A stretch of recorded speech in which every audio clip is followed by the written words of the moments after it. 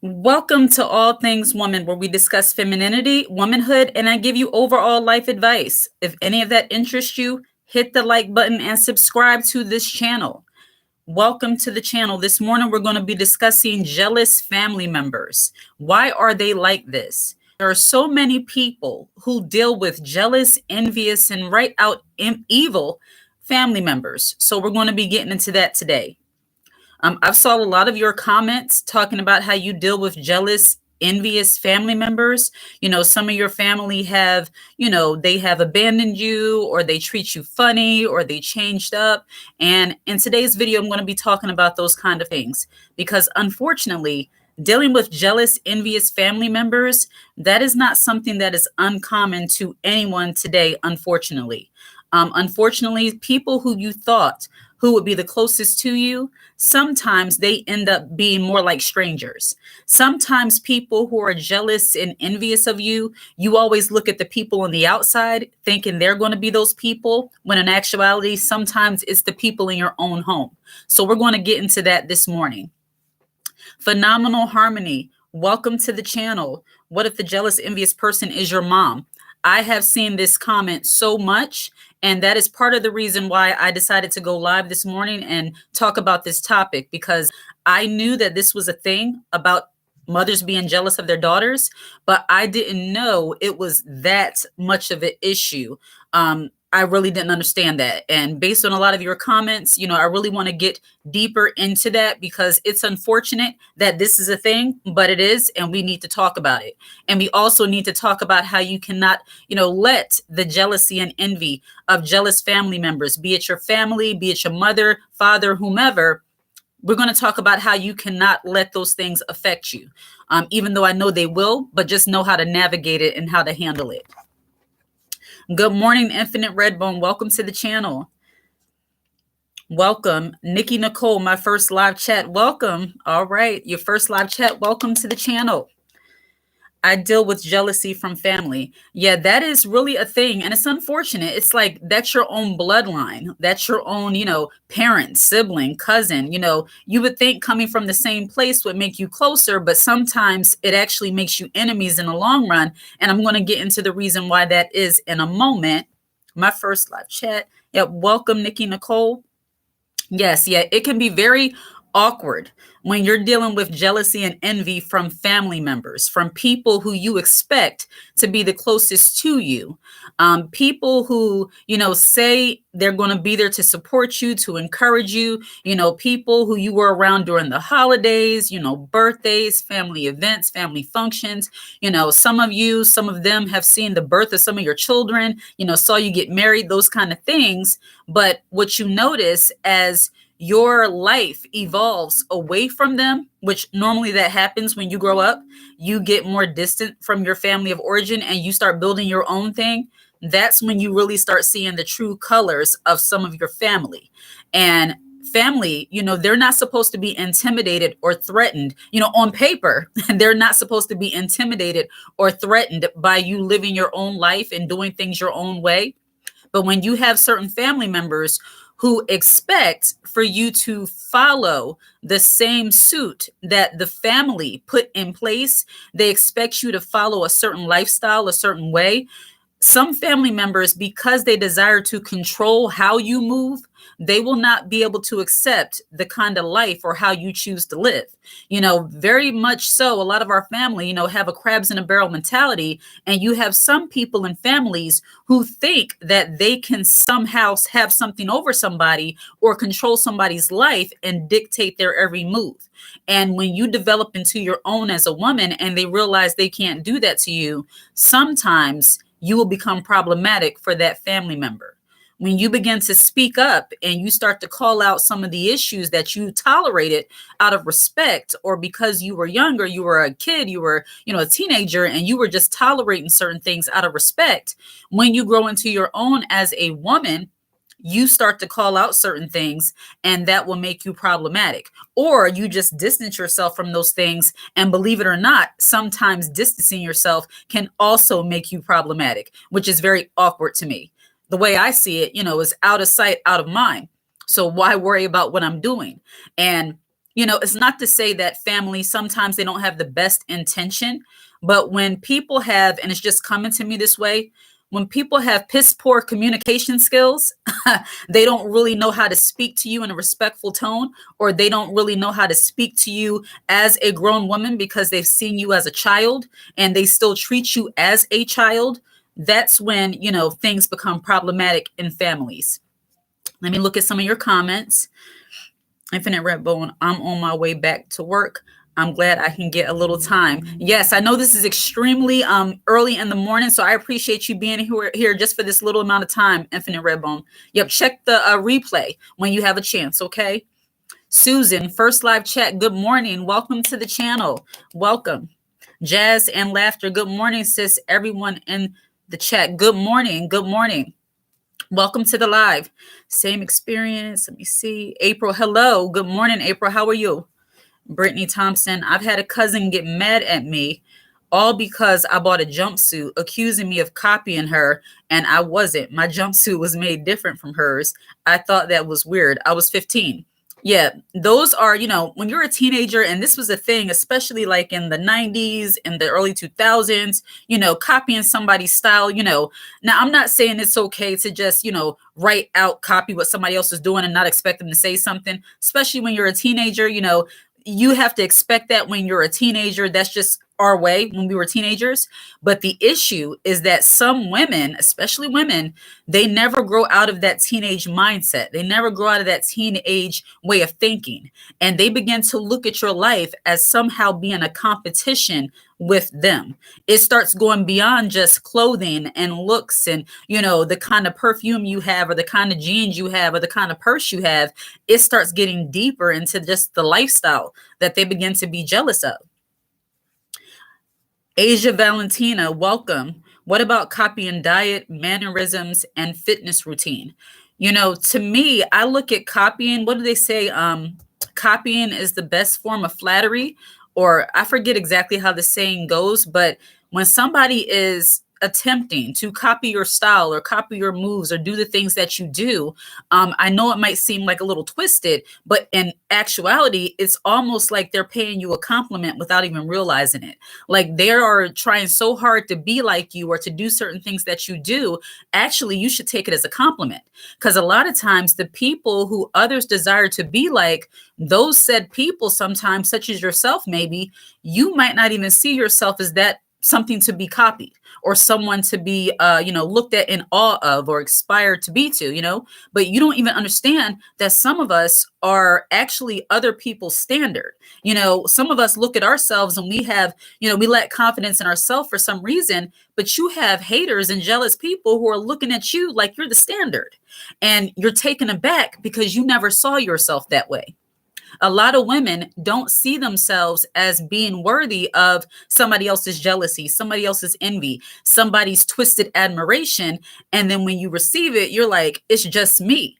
And most of the time, it's people who have that kind of humble mentality. They are often hated on the most, especially by family members, especially by people who you would expect would be the closest to you. Grand Rising, Miss Witt. Good morning. Miss Witt 205. Welcome to the channel. Delilah Lofton, first live chat. Very informative. Welcome to the channel. Welcome. All my first time live chat people. Welcome to the channel. I broke up with a lot of family members and couldn't understand what was happening as I've read the Bible more and I come to peace with the crazy actions. Oh, absolutely. This is not a sermon, but a lot of these topics like jealousy and envy, these have spiritual roots. And when people act like, talking about jealousy and envy is somehow putting yourself, like they look at me because I'm the orator, I'm the one talking about this, as if I'm putting myself on a pedestal. This is not about me personally. Yes, I have experienced a lot of these things that I talked to you all about, but it is not about me personally. This topic is not foreign to any of us. And normally the people who take issue with talking about things like jealousy and envy, I have to just say what it is. They are often haters. They are the subject matter in which I speak, and they don't like it. In other terms, a hit dog will holler. And that's what happens when people see you highlighting, their actions and their behaviors. So Yeah, jealous, envious people, nobody wants to be found out. And I can say that this channel is almost like a flashlight shining on some of the people's behaviors that they want hidden. And we just don't do that here. No matter if it's family, no matter if it's friends, no matter if it's coworkers, acquaintances, this topic of jealousy and envy has to be talked about because it can get, and it has gotten very dangerous for a lot of people. I'm sure men as well, but especially for women. And what's crazy about it is that sometimes you don't recognize that you're in the presence of someone who's jealous and envious of you because you've been programmed to accept certain behaviors, certain ways of speaking. You've been programmed unknowingly to accept these things as normal.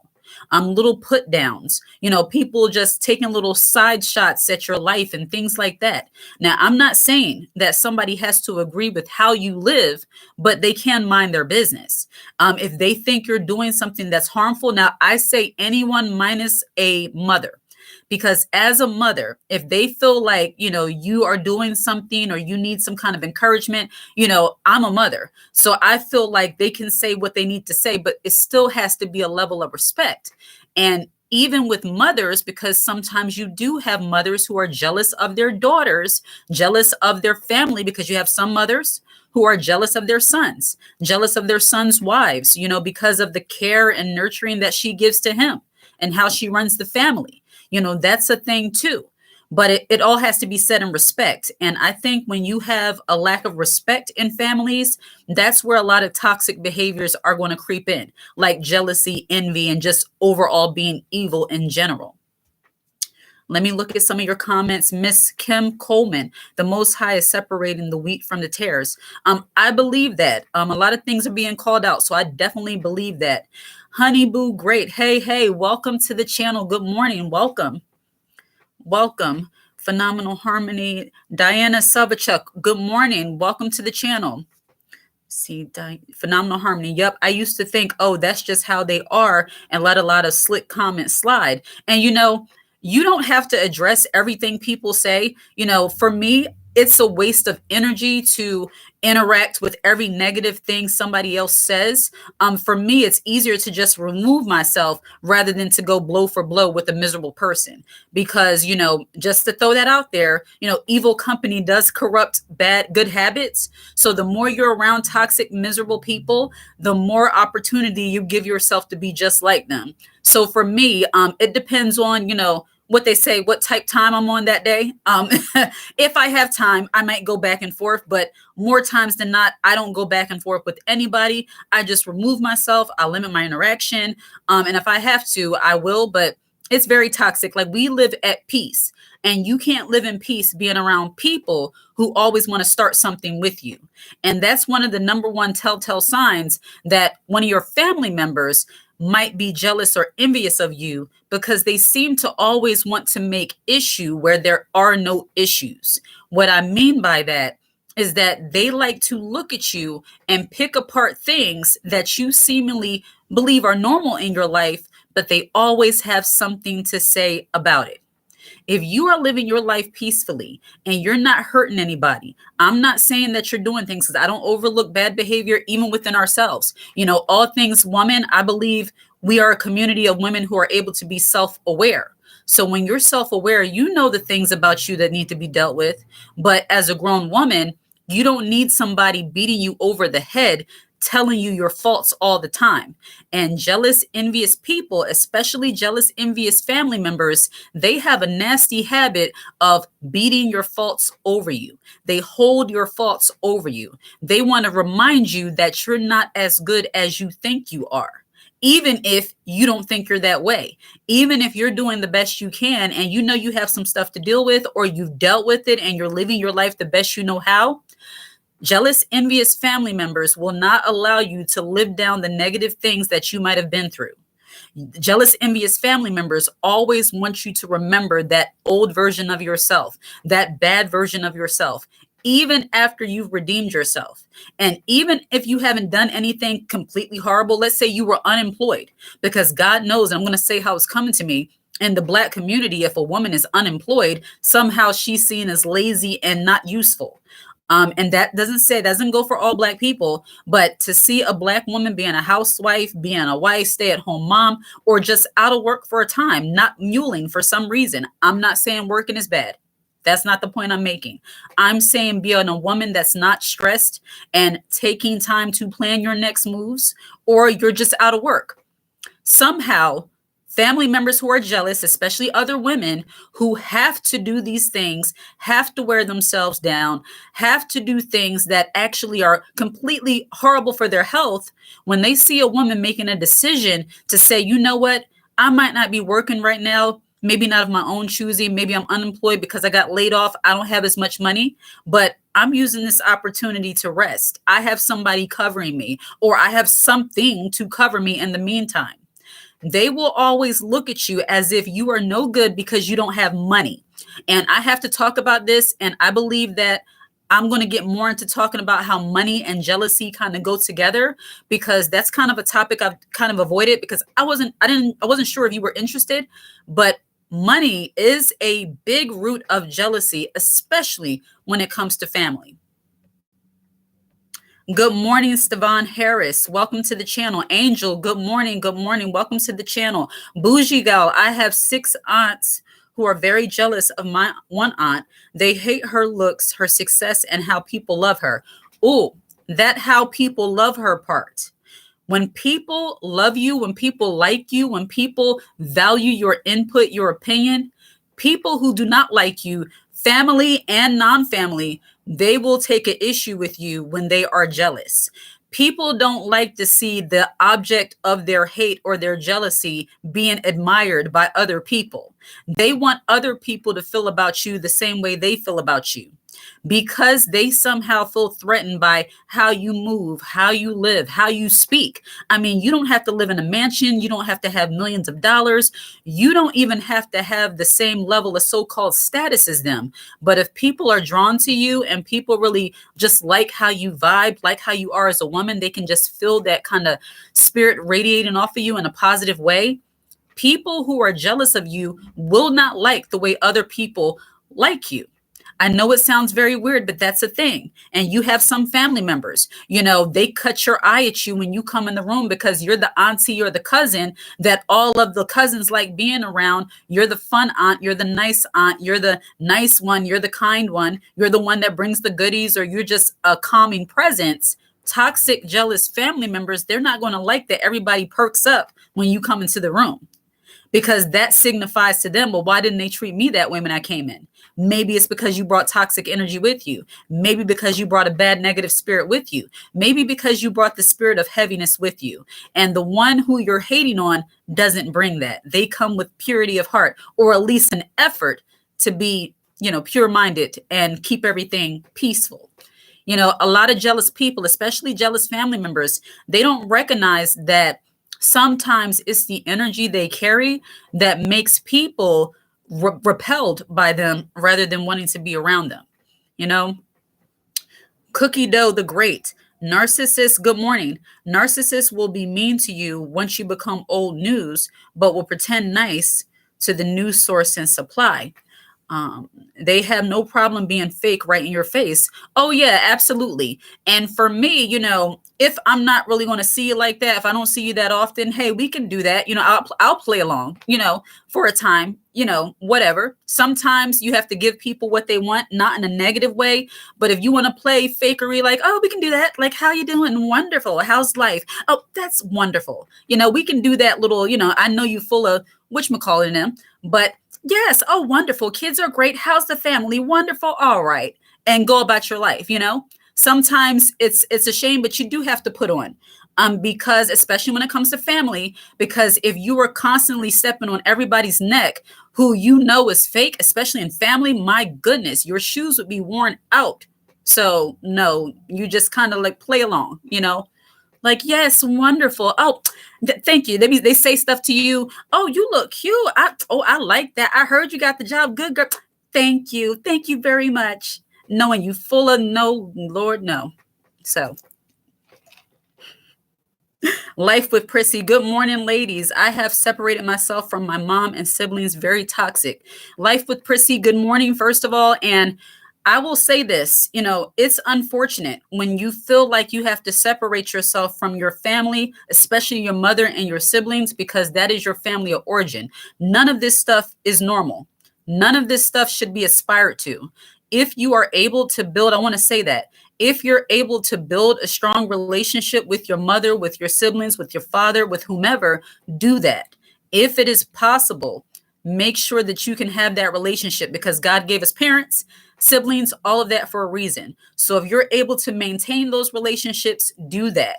But if they become so problematic to the point that you are now suffering mentally, spiritually, physically, they're causing you more stress than good times, you might need to at least distance yourself. But I don't say for a mother, especially, or parents, cutting them off cold turkey. Don't do that unless it's absolutely necessary, because the thought of my children just cutting me off cold turkey, just the thought of it right now is making me almost want to tear up. So don't do that unless it's absolutely necessary. But there are some parents who are so toxic in nature that you have to do that. I can't imagine like my daughter, my son, not wanting to talk to me, not wanting to be around me. I'm not saying in the normal way, like kids grow up and they do their own thing. I mean, like there's no animosity. There's no reason why they don't want to see me. Not seeing your parents or siblings because you're busy living life, that's different. But not seeing them because you can't stand them, that's a problem. Or because they have harmed you so much so that you can't bear to be in their presence, that's a problem. So yeah, don't go cutting mom and dad off cold turkey. I have to say that. Might not be popular to say, but I'm going to say it. Don't go cutting mom and dad off cold turkey. See what can be worked out, if anything. But you'll know if it's time to make a distance or put distance between yourself and your parents. All right. Sipping some of my watered down Dunkin' Donuts. Bougie girl, every time my aunt tries to give them advice about money and how to grow it, they all attack her verbally and cuss her out. I've seen it with my own eyes. Then she needs to let them stay broke then. If they don't want to take her advice, then she needs to let them just stay the way they are. It's their life. Everybody is not meant to be leveling up. Everybody doesn't have the mindset of wanting to level up. And that's okay. Now, we have to, and I have to say there's a balance with that too, because some people, even the object of jealousy, and back on that self-awareness note, you have to ask yourself, am I doing something though to make them feel kind of, because if you insert, how can I say this? If you try to give someone advice that they didn't ask for, that can be seen as somehow you are trying to position yourself as being better than them. I definitely know how to play both sides of the coin because I have to see it both ways. So you don't want to position yourself as if you're looking down on them. And if you come off that way, I think anybody will be put off by that. You might be very proud of what you've accomplished, and now you feel like you're the financial advisor of the family, and I'm going to tell everybody how to move and how to level up. Unless they come to you, and this is where being a wise woman comes in, you give advice when somebody asks you for it. And I'll be honest, I've been guilty of giving unsolicited advice. I've been guilty of, saying something to somebody that they didn't ask for. And it's simply not out of a impure motive. It's because I want to see them do better. I see their potential. I see that they could aspire to do great things, but nobody asked me. And I had to realize that, I suffered sometimes from that big sister complex where it's like, I wanted my brothers just to make sure, just to make sure, just to make sure. And then I had to realize, you know what? That's their life. When things hit the fan, like I know it will, they'll come to me. So on the opposite end of that, giving unsolicited advice, that can be a little bit of a put off. And as classy, wise, feminine women, you really have to know when to give that advice and when not to. Don't make yourself that person where it's like, oh boy, she about to give me some advice that I didn't ask for. I didn't ask her all that, because that's off-putting too. I don't like that either. When somebody offers me advice on something when I didn't ask you, it's like, what am I doing? And I'll give you a real life example. I have a son with autism. I've said that before in previous videos, and they don't know. People are not going to know unless you have a child on the spectrum or with special needs. You're not going to know what's involved with that. You're not going to know, okay, you go to IEP meetings, you deal with a behavioral health specialist, you deal with speech specialists, you deal with all these different people. So I had a family member well intentioned, but she brought something up to me and I was a little bit offended. Not because her motive was impure, I don't think, but it's because the way she positioned the question, it was as if she was saying that I'm not doing enough as a mother. Like I need to be doing more than what I'm doing when she had no idea what I'm doing because she's not with us every day. So the way I perceived what she was saying, I took offense to it because nobody asked you. It's like you're giving me this advice as if I don't already know this.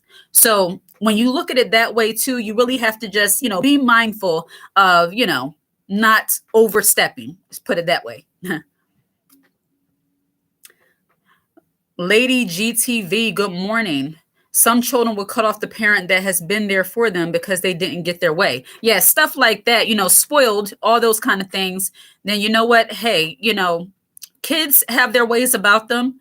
And sometimes they have to go through things in order to see like, okay, mom was trying to protect you. She wasn't being a hater when she told you that being on child support probably is not the best thing. You should just be there. That's not being a hater. That's trying to encourage you to be a man and do the right thing. That's not being a hater. Like you really have to know, like we throw the term sometimes hater and jealousy around a lot, but there's no reason for a parent to hate on a child that's in and out of jail or, have substance abuse issues. If they're telling you to do the right things and you don't want to listen as a child, that's your rebellion. That's not jealousy or being a hater. Like you're 10 toes away from being in jail. Why would your parent be hating on you? They're trying to help you. So sometimes parents can't fight against the stubbornness, and not even as parents, just in people in general.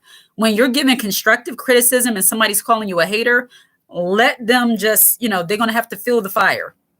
That's my mom moment, So there's a difference. It's sad when other people from the outside looking in can see the mistreatment and how you're so numb to it all because you value family. They don't.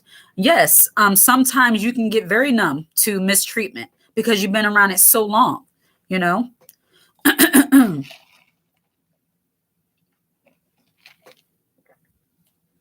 Bougie girl, no, she wasn't looking down on them. When my grandmother died, my grandfather gave all my aunts a nice chunk of money. Okay, from her life insurance. My aunts were conversing about what they all did with the money.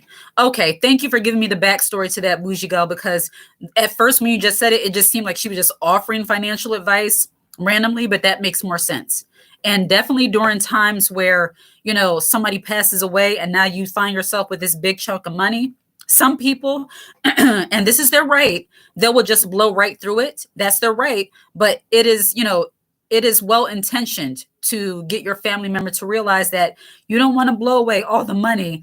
Excuse me. You don't want to, just blow through all of the money that you just got. And I've seen that in many families where, an elderly parent or grandparent will pass away and leave money to the siblings. And within a couple days, thousands of dollars are gone. So yes, that was very wise and thoughtful on her part, Bougie Go. Phenomenally harmony. Are you a Libra? So I do not subscribe to horoscopes and all of that, but I was born September 26th. So I guess that would consider me, according to that standard, a Libra. However, I feel like I am who I am because God says who I am, but I don't follow it. But hey, so yes, that's my September 26th. They got mad that she didn't spend all her money and they did. Yeah, that's very odd. It's like no money management. And thank you for bringing me back to that. Life with Prissy, I'm pretty sure you weren't abusive like my mom. They all aren't the same. Absolutely. Yeah, life with Prissy, I was just saying, making the point that if it's something that can be worked out, but under no circumstances do you tolerate abuse. Absolutely not. And for your best interest and for your mental and physical well-being, yes, get away from that. If you already have, good. If you haven't, yes, you need to get away from that. Every circumstance is different. I had a parent who, he meant well, he did the best he could, but he was very abrasive in his approach, the way he spoke to us, the way he talked to us. That was crazy, made you very mean, made you very hard. It's like you had to speak with such authority. I know from a young age, I kind of had to speak with so much authority and so much brashness in order to be taken seriously, in order to be respected by my father and by people around me, because they were trying to take advantage of my, naturally kind and more reserved nature. So I kind of learned to be more savage like and speak to them the way they speak to me, and carrying that kind of energy, it was very draining for me. So being around somebody who's putting you in a situation where you have to be different than what you are, or you don't feel safe, you need to get away from that.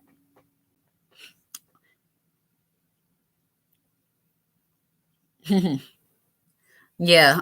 The money part though, when it comes to money, to me, that is one of the number one things that family members tend to get jealous over.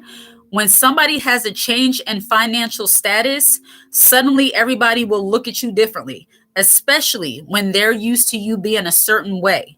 When they're used to you, and this, I've seen this in many families, when they're used to you being the family member who's always in need, they're used to you coming to them for something. They're used to you saying, "Hey, I got a job interview.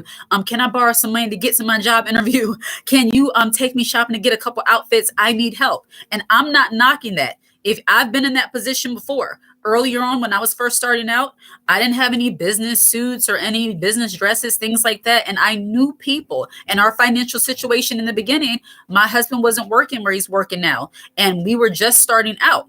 So I needed additional help. We could save some money and I can get help from somebody else. Yes. So when you were always that kind of person going to somebody else looking for help, and then suddenly, the way I see it, God changes and shifts your financial status, shifts your lifestyle, and you're no longer that person that's running to them for every little thing. Some people become jealous of you because you no longer need them financially. Some people, especially in your family, when they're used to you being the down bad family member, they're used to you being the one who barely doesn't have anything. I can't tell you how many times, and this is being full transparent here. I'm being full transparent here. I had many family members who would see me go shopping at the supermarket, and they automatically assume I had food stamps because of the amount of food that I bought. I remember going to the store with one family member. This was like, my son is 19 now, so this is when he was like a baby. And if you have food stamps and this is where you are right now, I'm not knocking that either. I knock the abuse of that, but that's what it's there for, to help you in between time until you get yourself together. Been there, done that. I'm not knocking it. Like, we're nobody, on this channel, this is more authentic than many videos I believe that you might see on YouTube. We don't knock, food stamps, those kind of things. If that's what you have to have right now, that's fine. Just don't stop there, because it's not designed to get you ahead. It's designed to get you through until you get to the next thing. But I digress. Like I was saying, I was been there, done that. So when my son was little, he get all the stuff, WIC, all that kind of stuff. However, I had a different job. And once you get married and you get a job, everything just stops. So, and thankfully that was wonderful, because I was making a lot more money. My husband had changed jobs, so now he's making more money. Didn't need it anymore. So I went to the store with a family member and I bought all this stuff, because when it comes to food, I value food. I don't overeat, but I like seeing my cupboard stocked. I like seeing my refrigerator stocked as much as I can. Right now, if you have eggs in your refrigerator, you are blessed. You're doing better than you think. Okay. I just had to say that. But I was in the store getting all this food, and the family member, she was looking at me as if she was expecting me to pull out that EBT card, and I pulled out a debit card, and she gave that look like, oh, okay. Like, yeah, I can still buy food without that. Like, when you level up in some way, they look at you like, oh, that's different. And then I notice once in a while we go out to the stores and stuff, and now she's not really, like, she's acting funny. Like, the energy just changed. And I'm like, wow, so you liked me better when I was getting assistance and you were asking me to buy you stuff, but now I don't get it and I'm just spending my own money and you have an issue. I know that sounds like, too, like, my goodness. Yeah. When your financial status changes, when now, okay, you're not just going to the Save a Lot. Now you can go to Fresh Grocer. Now you can go to Whole Foods. Now you're going to Trader Joe's. Now I'm bougie because, yeah, I've done the work. God bless me. And yeah, like we're not doing that anymore. That was just an in between time thing. And family members, they don't want to see you with the in between. They don't want the in between to be the in between. They want that to be your permanent status. They want you to be permanently down bad. And again, I'm not saying this to knock anybody who's on some kind of assistance. I'm saying it to make the point that when your financial status changes, a lot of times family members, they will not be able to handle it. They will see your level up as somehow you thinking you're better. And this is a real thing.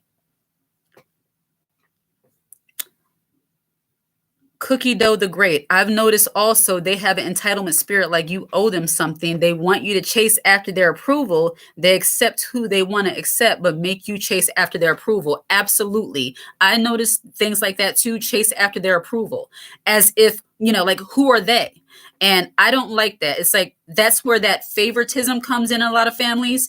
And oftentimes they will favor the one who is often stuck up their backside, the one who feels like they cannot have any kind of individuality outside of that said family member. And you see this with a lot of family members who are more bossy, who like to be more controlling, who like to take over everybody else's life.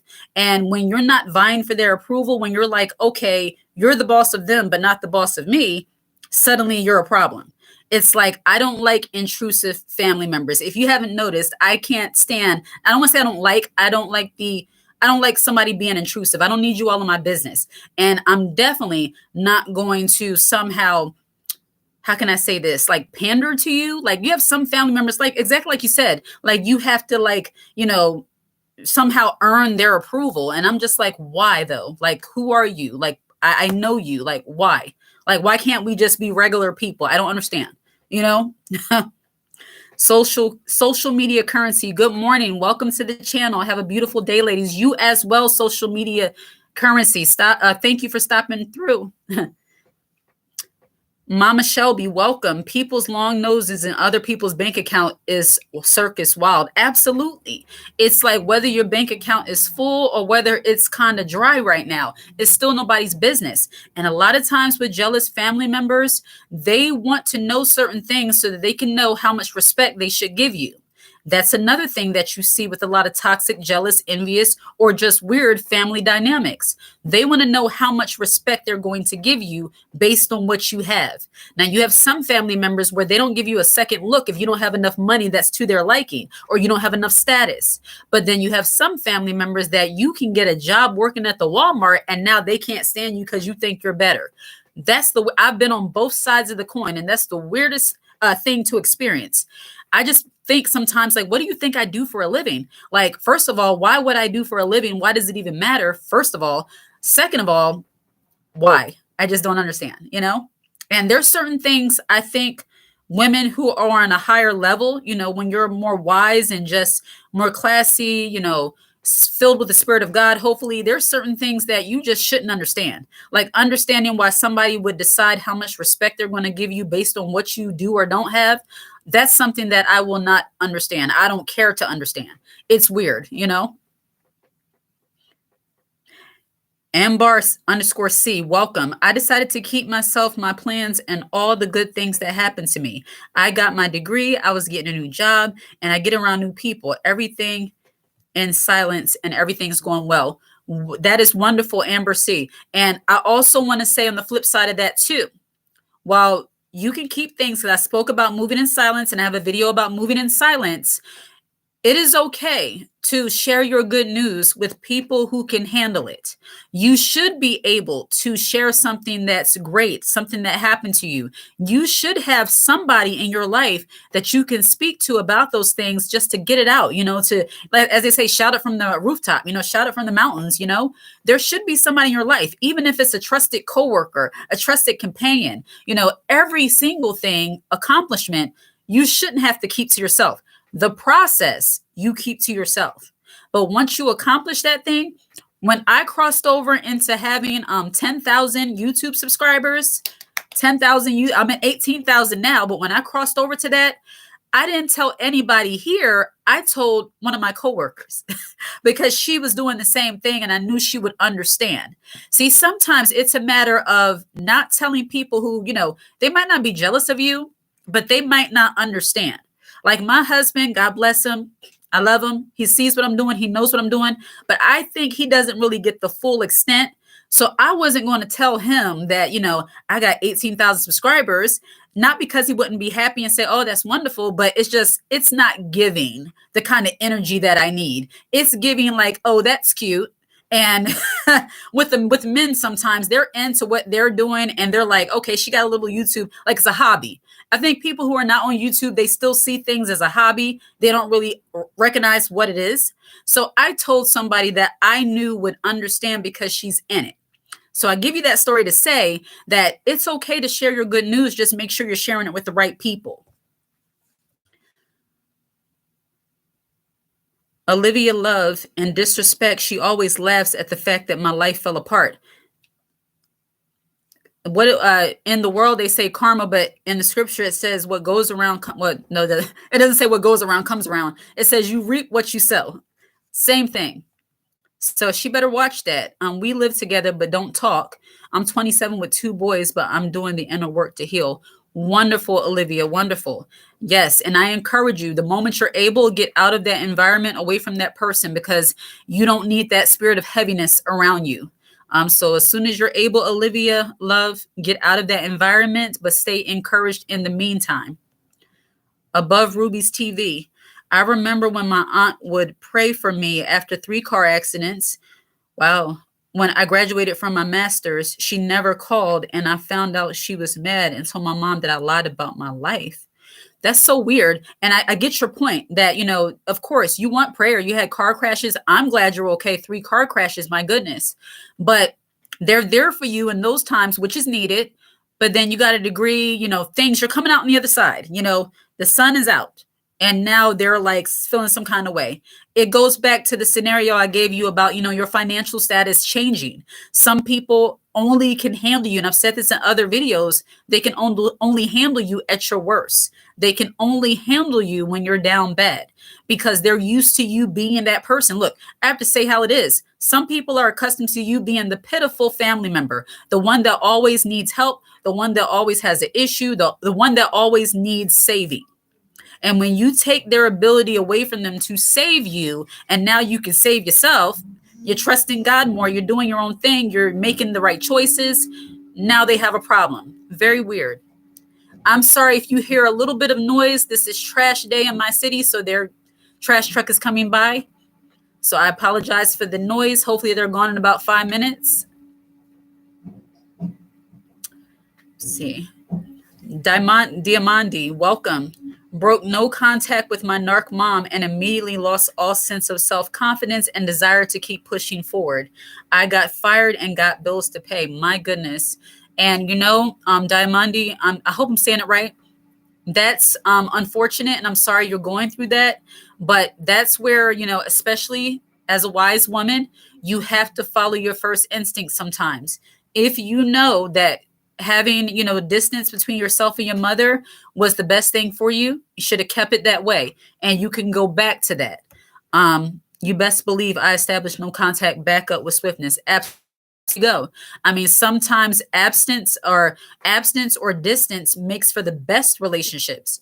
My relationship with my father got better once I stopped seeing him so often.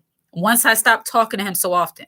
Now I talk to him, he's older now, so it's not the same dynamic, but I'm not in the same state and I haven't seen him in years. Unfortunately, I want to see him, but I talk to my father maybe once or twice every couple weeks and we're fine with that. I'm fine with that. And it's because some of the things he can talk about can be very heavy. Some older people, not all older people, but some tend to hang on to the past. They tend to bring up things that are very hurtful, just like it's a common thing. They'll bring up about who passed, about how your mom used to do this and used to do that. And me, I don't want to hear all that. I don't have time for that. I understand my mom was your wife, but my mental can't handle that. So me talking to him every couple weeks works for me and it works for him. And he knows he can call me and I can call him. So, and we still have a relationship. He needs something, I do it. Thank God for technology. You need me to order something for you, I'll send it over there. It'll be there this afternoon. It'll be there tomorrow. So we still have contact just from a distance. And I love it that way. Yep. Restored Essence, welcome to the channel. So you're responding to somebody else. All right. I love seeing you interact within the chat. Literally, my mom looked me in the eyes and called me an addict when she has a serious hoarding and compulsive shopping problem.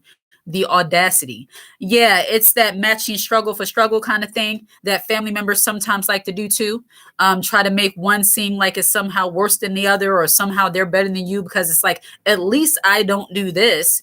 Instead of just focusing on what you need to get together, they want to say, at least I'm not like her. At least I'm not like this.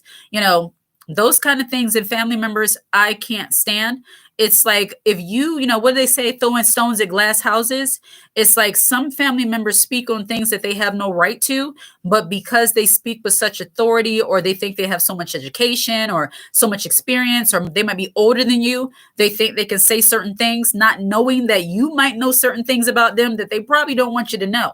And unfortunately for myself, as a child, it's amazing how many things you begin to really understand about certain people as you grow up, and you wondering, why didn't my parents let me around this person? Why didn't my parents allow me to do this or do that with this person? Oh, now I see why. Because they're like this, because they don't know how to talk, because they don't know how to treat people. But back to the money situation. Family members, jealous family members, not all, jealous, toxic family members, they will become threatened by you if they are jealous of your financial level up. When you start earning a lot more money and it starts to show, it shows in how you live and how you look and how you carry yourself. And I'm not saying that you have to be a beauty queen, that you have to live in a mansion, that you have to have a top tier, CEO position. If you are doing better in some light and that family member perceives you as somehow being better than them, suddenly you will become a threat to that family member, and they will let you know it by how they treat you and or exclude you. See, certain family members, they feel uncomfortable by your presence. When you are no longer fitting in with the same things that they do, and it's not that you are putting them down, it's just that you move differently. So let's say, for example, you were a woman that used to just do all of these things, smoking, drinking, clubbing, whatever it might be. And now you don't do those things simply because you're at work. Like, you can't afford to just be out all night doing these kind of things because you go to work, or you run a business, or you now have children, you have a husband, you have other obligations. Sometimes family members will become jealous because they now feel like you're putting other things before them. And these are things that are productive. These are things that are going to help you in your life. Look, I've had family members who get upset with me. They've gotten upset with me because I didn't want to not pick my children up from school. So they wanted me to miss my children's pickup time so that I can do something for them. I told them they get out at 2:30. I have to be there. I need you to go across town for me. What am I going to do about the children? They didn't care. They just wanted me to do what they want me to do. And that is another issue. Family members, when they are selfish, when they want you to sacrifice your own family, your own time, the things you have to do for them, and you don't do that, suddenly they have an issue with you. Very selfish, very one-sided relationships. A lot of family members are accustomed to you being at their beck and call.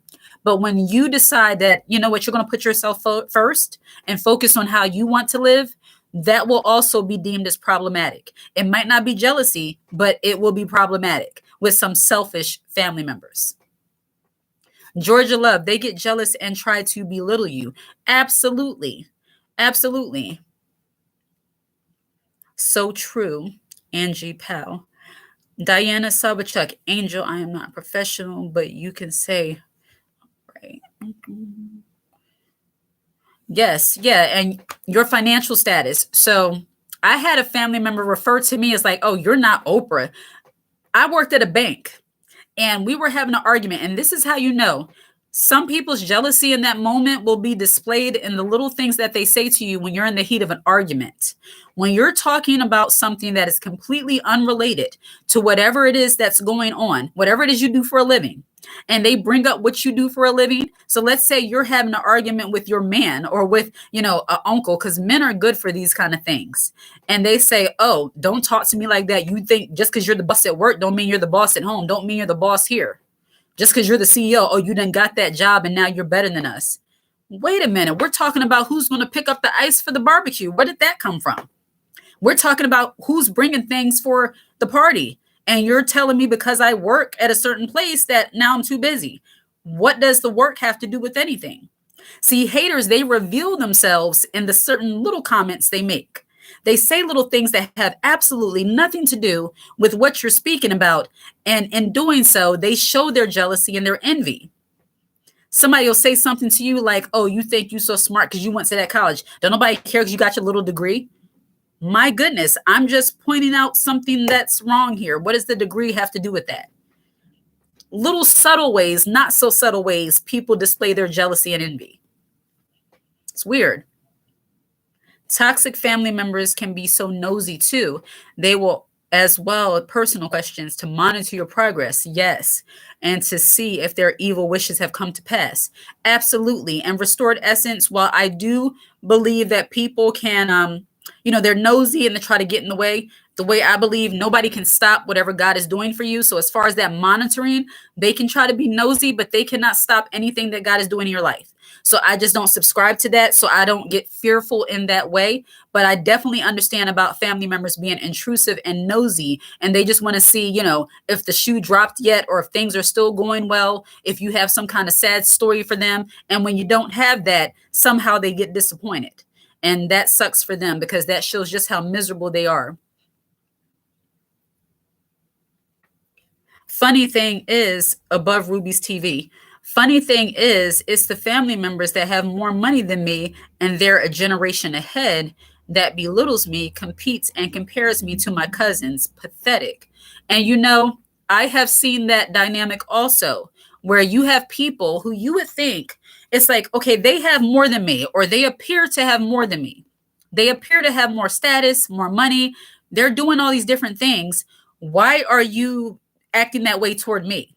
And I have come up with one theory. This is according to my opinion, but I've come up to one theory. It's because sometimes people who have a lot of money, have a lot of status, or they seemingly on paper have a lot of money, have a lot of status, have a lot of different things. It's because they got those things in a hard way, especially if they're a generation above you. So if they got what they got, and I'm not saying there's anything wrong with it, if they worked for a very long time and now they're well off, or a parent gave them something, nothing wrong with that either, because I've spoken about those things on this video. When they get jealous of the women who often, I'm going to say it how it's coming to me, especially when the woman is older. You said generation older than you and they're jealous. When they see you at a level at your age, the age they once were, and you seem to be catching up with them in some way, they absolutely will be jealous because it took them 25 years to get to where you are in your 30s, to get to where you are in your 40s. They see you seemingly do things in an easier way, but you're somehow on their same level, or you're coming up to their same level the way they see it, and they're trying to figure out how. See, thank God we live in an age now where we don't necessarily have to do things the hard way. We don't really have to work 20, 30, 40, 50 years to make six-figure incomes if we want to. We can actually do things in the digital space. We can do things, creatively. We can do things in a non-laborious kind of way to get ahead. And I'm not saying that to brag. I'm saying that because that's the way it is. And when they didn't see that for you, when they didn't think that, how can you be at this position at your young age, and they don't really understand it, they feel some kind of way because it's like, hey, you're catching up with me without half of the work. How? And that's the wonderful thing about, YouTube and about, being able to make money online and how to use your creativity. And I always speak about leaning into your femininity and your womanhood and just being more at rest. See, a lot of the older generation, they were taught that, you work 30 years, 40 years for the same person. And at the end, you get your retirement and you're going to be good. But see, a lot of the younger generation, we are now realizing I don't want to wait until I'm in my 60s and 70s to start enjoying my life. And I'm also not going to let some employer or anybody dictate my moves and how much I can eat. I'm not going to give all of my attention and my allegiance to companies that will replace me in a heartbeat. So when it comes to money, a lot of the older generation, especially in your family, if you have older family members being jealous of you, in my opinion, is simply because they see you leveling up and doing well easier than what they had to do. And they just don't understand it. And because they don't understand it, sometimes they'll try to belittle you, as you stated, and say, oh, you're lazy, you're not doing anything of value. I think somewhere along the lines, a lot of family members, especially the jealous ones, they don't realize that working and all of that, it's supposed to be able to get you to have a comfortable life so that you can take care of yourself, so that you can eat, clothe yourself, and take care of the things that you need to do. And as long as you're able to do that, it doesn't matter how you get it done, minus illegal. Let me put that disclaimer, minus illegal. It doesn't matter how you get it done as long as you get it done. And family members who are jealous, especially when they're older than you and they had to scrape and work so hard for every single thing they got, and you decided an easier route, you went easy mode, not saying you don't have challenges, but it doesn't look the same. So sometimes the older generation just doesn't understand what you're doing, and it might come off as lazy. Trust me, I understand, the day that I do completely do full time on YouTube, I know a lot of people probably look like, oh, you're always home. Why this? Why that? Look, I work less than what I used to work. And I remember in one of my other videos, I mentioned this, somebody I used to be friends with. I'm not really friends with them anymore because she was acting funny. I'll tell you about that too. She would always say to me, oh, you're such a woman of leisure. And she got that saying from, I had to look it up because I'm like, at first, I thought she was saying it as a compliment. But when I looked up like woman of leisure, it's like a woman who's not really doing anything, just kind of floating around. And I still take that as a compliment, but she didn't mean it that way. She meant it for like laziness. And the reason why she said that is because every time she called me, I would say, oh, I just came out the nail salon, or I'm getting my eyebrows done, or I'm going to the market, or I'm going to Dunkin' Donuts, or I'm at Target, and she was like, oh, you're such a woman of leisure. But the way she said it, it's like she was calling me lazy. And when you're doing things where you're able to enjoy your life and do the things you need to do, and you're still eating, they're not going to understand why. So expect a little belittling comments and little backhanded comments. It is what it is. The way I see it now, as long as you're still able to do the things you need to do for your life, it doesn't matter what other people think. Minus illegal. I have to say that. And minus illegal activity. Bucks. There we go. Just straight up low vibrational demons. If you want to say that, absolutely.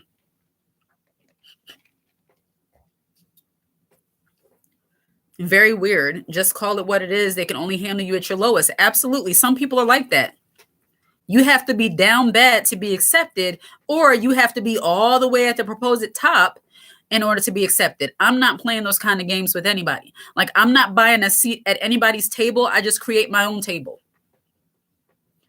Either I'm going to sit and we're going to enjoy each other's company, or I'm going to create my own thing. Like, I've always been that way. Like, I don't need all of that. Like, I will never pander for somebody's time and attention. I'm not saying that, being nice and just trying to make things work. Nothing wrong with that. If you have somebody who's willing to put aside their pettiness and actually, be somewhat of a decent family member, do that. No relationship is perfect. But if you have people who are always just saying little things and trying to make you feel bad about your life because you're doing better for yourself, those are not people you need to be around. And I have to say this because it's coming to me as a Christian in the spiritual circles. Oh, I don't like that. Excuse me. In spiritual circles, I don't like when they somehow look at you when you're doing better for yourself. Sorry, I'm using my computer like a mirror right now. So sorry. In spiritual circles, and I have to say this, I am a Christian. I love God. I love God. I love the people of God.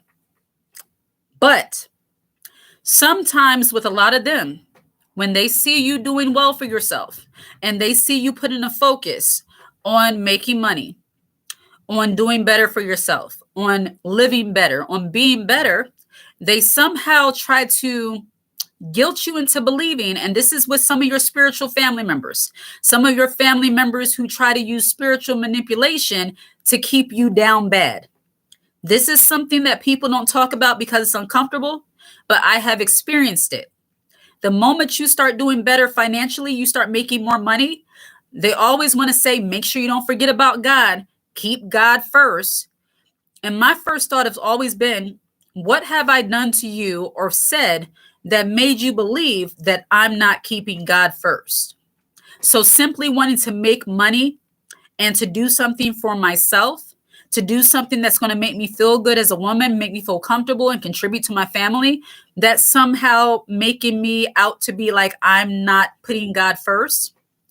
Family members, especially some of our older family members toward the younger generation, when you start leveling up and let's say you're focusing on your education, you're focusing on your business. Look, you married a man who's able to take care of you, and now you're doing things that might not be in alignment with the things that they're used to. They're used to you just sitting in the house wishing and wondering. And now you're able to actually do some things.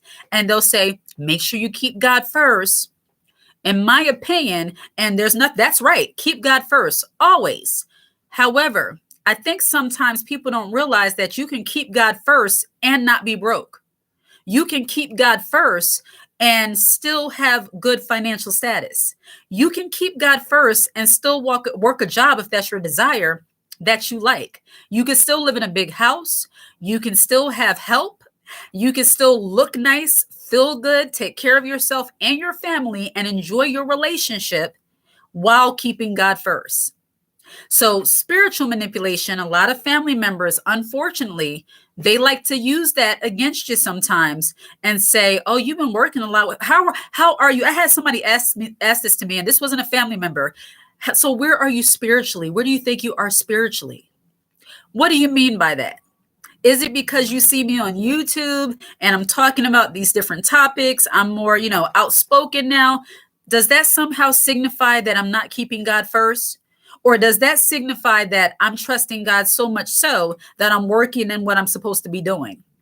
Sometimes people are accustomed to that fake humbleness that comes with, being a believer, being a Christian. We're supposed to be humble, but there's a level of humility that people go off the deep end into lack of self-esteem. God wants us to be humble. This is not a sermon. I have to say this. I'm not preaching. God wants us to be humble, but in your humility, you can still accomplish things. You can still make money. I don't think there's anything virtuous about being lazy and not caring about how you live your life. And when I say lazy, I mean spiritually, mentally, physically, financially. Like, you don't have any false virtue simply because you're like anti-money. Like, you're not more virtuous because you're broke. Like, I don't understand that line of reasoning. And as a Christian, I had to be mindful some of what I hear, because you're not supposed to worship money, and I do not worship money. But nobody's going to tell me that being broke somehow is of God. Like, not saying if you don't have money that you're not of God. Things happen, but striving to be down bad. It's like they almost encourage you to be down bad as if somehow that makes you better spiritually. I'm not into that. I don't subscribe to that. Some people will intentionally, especially when they're jealous of you, they will intentionally, and I talk about this in the book, Girl on Girl Wars, Jealousy and Envy Amongst Women. There's a chapter in that book that goes into detail about spiritual manipulation and how spiritual jealousy is a real thing. How some people, when they're jealous of you, they will try to use spirituality or scripture, as I say, hold that against you to keep you back. They will use scripture for the reverse. They will try to get you to think that God doesn't want you focusing on your career. God doesn't want you focusing on chasing after money and doing these things. Yeah, probably doesn't want me chasing money. Absolutely not. But if I have gifts and skills that can get me money, why would I sit on that? Everybody I read about has been blessed in that way. Solomon was blessed in that way. It says obedience is better than sacrifice. So it's like if I'm doing what I'm supposed to be doing and being blessed financially for it, what's the problem? Oh, I know the problem. You're a hater. You're a spiritual hater. Yes. Christian and non-Christian alike. Jealousy is jealousy. Spiritual and non-spiritual. You can have haters and jealous people in the church and outside the church. And that's where I'm going to end on that note. Because sometimes people want to hold that against you. There's so many people who have a misunderstanding of money and being able to take care of yourself that they look at people who actually care about taking care of themselves financially as somehow not being humble, as somehow, oh, you're not focusing on the right things. So what shall I focus on? Because see, you have some people, they have so many gifts, skills, and talents that I believe God has given them, but they are suffering because they're choosing to believe that they can't go after those things because that means they're not godly, they're not humble. So you think being broke and having to beg to the church constantly is being humble. So you think constantly having to beg to other people is humble. No, that's lazy, especially from a man. No, I'm sorry. I had to stay there for a moment because I just don't like that. I almost allowed myself to be programmed in that way because I've always been more like business minded. I've always been a woman that, I feel comfortable when I have my own money, even if my husband works and, no matter how well he does, thank God for it. But I've always been that kind of woman who has been driven to have my own thing, to have my own. And when it comes to making money, I feel like I know different ways of how to do that. And sometimes I felt like people were trying to guilt me by trying to make me believe you're focusing on money too much. If you're a person with children and a family, I'm not saying you carry the weight of it when you have a husband, because I absolutely do not. But I'm the kind of woman, and you could tell me in the comments if you're this way, I'm the kind of woman that you have the mortgage money, you have the bill money, but I have it too. You not going to get it. You're going to pay for the mortgage and everything, but I have it too, because you never know what happens. You'll never know. You might not know I have it, but I know I have it. Like I've always been that way. I have a backup to the backup to the backup, just in case. I've just always been that way. Georgia Love, it's sad because I'm not a jealous person. I love to see others winning and doing good. Yeah, a lot of us are like that, but some people are not that way, unfortunately. Kendra Nicole, welcome. They should pray that demon away. God can bless all his children, but you must make him first. Absolutely. And it's like for somebody to tell you that, okay, you're focusing on God, and that doesn't mean that you're just sitting home reading scripture nonstop. Yes, you read the scripture, but anybody who's really a believer, and this is a little spiritual moment. I promise you, this is not a sermon, and this is not just for Christians only, but this is a moment. People who actually have the Spirit of God on the inside of them, you don't even have to be reading. I have been in certain situations where scriptures pop in my head like, no, like I refuse that. No, bad company. Nope. There is no condemnation to those who are in Christ. Like things just come up out of me because the Spirit of God is in me. So you don't have to be like reading right in front of you to be keeping God first. Sometimes when people say keeping God first, they mean keeping the church building first. They mean contributing to every committee there is, being involved in every organization in the church, being at the pastor's beck and call. I don't do the pastor worshiping. I respect those titles because they're in the word, but I don't do pastor worshiping. I don't do like churchy like activities just to say I'm doing something. If there's no transformation happening on the inside of me, to me, just going into a building is pointless. So a lot of people, when they say keep God first, they mean neglect your own well-being, neglect your own spiritual walk in order to cater to the church building. Carry their briefcase, carry their water, be the little maid. No, I'm not doing that. I will let God transform me and do the inner work, but I'm not going to have you have me pent up carrying your briefcase, carrying your files for free while my light bill in real life is going to get cut off. No thanks. But you have some people are confused that way. I better get off this topic because this can go left real fast. Left.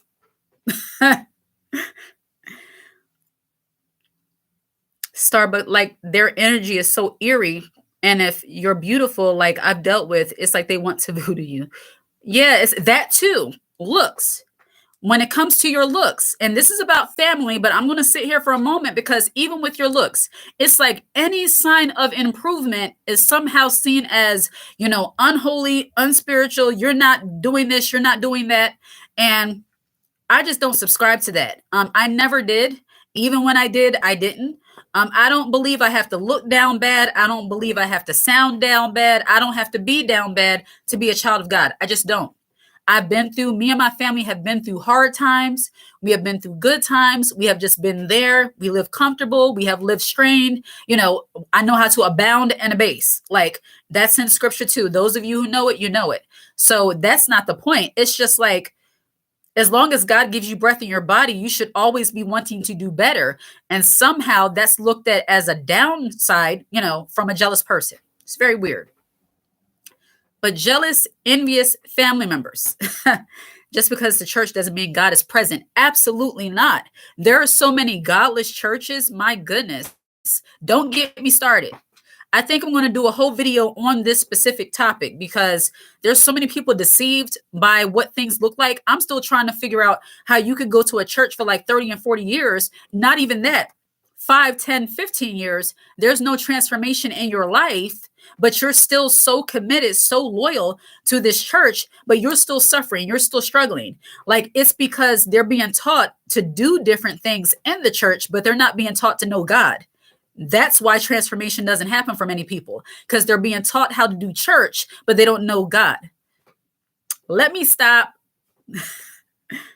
Thank you. God bless you as well, Andrew Craig.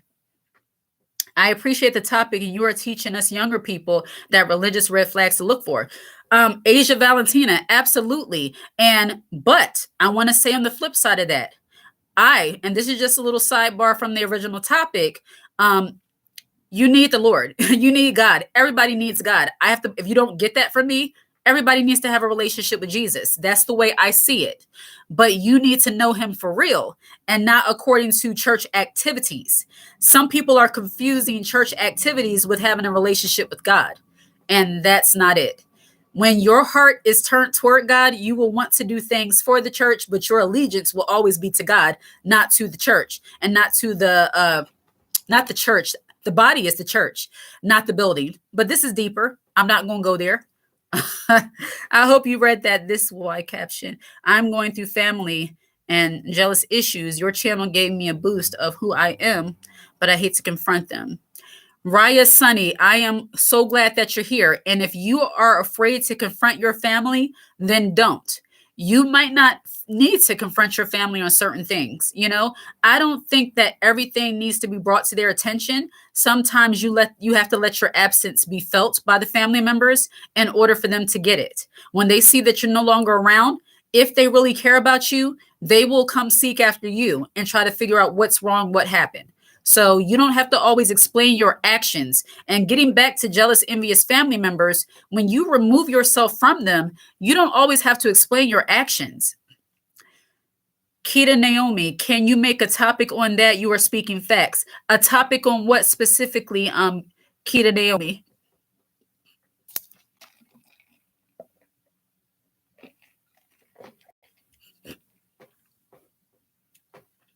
Yes. Kendra Nicole, absolutely.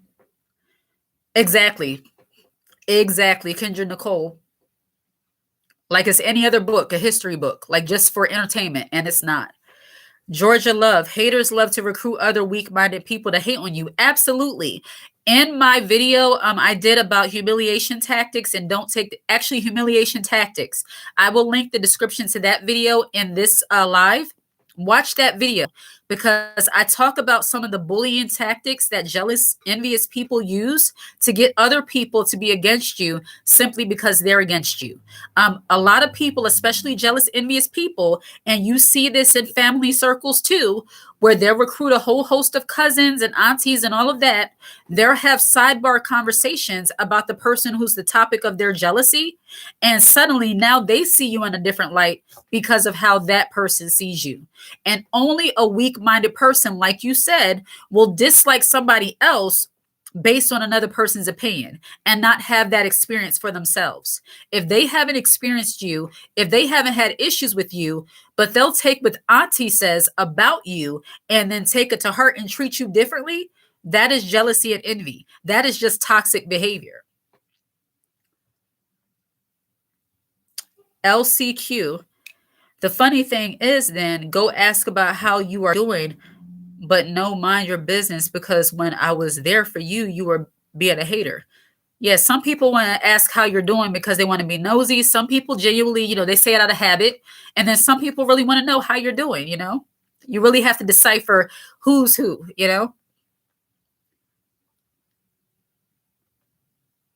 Starting a coven against your success. If a coven, you mean like somehow trying to block, nobody can block your success. What's for you is for you, and nobody can get in the way of that if you don't let them, the way I see it. But they can definitely try, and haters will always try. And normally it starts with your mind. They try to get to you mentally. They want to get to you mentally and see if they can somehow distract you or somehow make you feel like you're doing something wrong by leveling up, especially when it comes to getting your money, when especially it comes to your looks and taking care of yourself as a woman. Look, if you try to look better as a woman, somehow they'll try to make you feel like you're doing too much. Why are you dressing up? You live here. Why do you need to dress up so much? Because that's my right as a woman. See, I really believe that as a woman, God gave us our femininity. We can dress ourselves up. We can adorn ourselves in a beautiful, modest way. Your hair, your nails, the way you groom yourself, the way you pamper yourself. I mean, as a woman, like, I think so many women are not accustomed to being soft. And that's another reason why they sometimes hate on family members. You have your bitter auntie or cousin. They'll hate on the auntie or the cousin who is more soft, more feminine. It's clear that she takes care of herself. It's clear that she might work out or at least eat right. And they'll get jealous of that because so many women, especially in families, they're accustomed to being harsh. They're accustomed to being brash. They always got to fight for everything they got to get. They always have to be, abrasive in order to be heard. And when you are not like that, they absolutely can become jealous of you. When you actually care about how you look and how you speak and how you act, your manners, your mannerisms, they will not like that. I've had family members say to me like, oh, you don't have to be so formal. Since when saying excuse me, please, and thank you makes you more formal?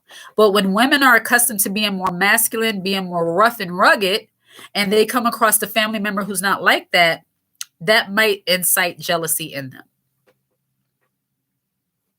It's foolish, really. I lived through this, especially when my mom passed away. Latina's Planning TV, welcome. I lived through this, especially when my mom passed away, because she never woke up to stop seeking people's validation. So they were all in her business by the time she got sick and passed. Yes, a lot of family members, a lot of women in general, a lot of people in general are programmed to seek the validation of other people.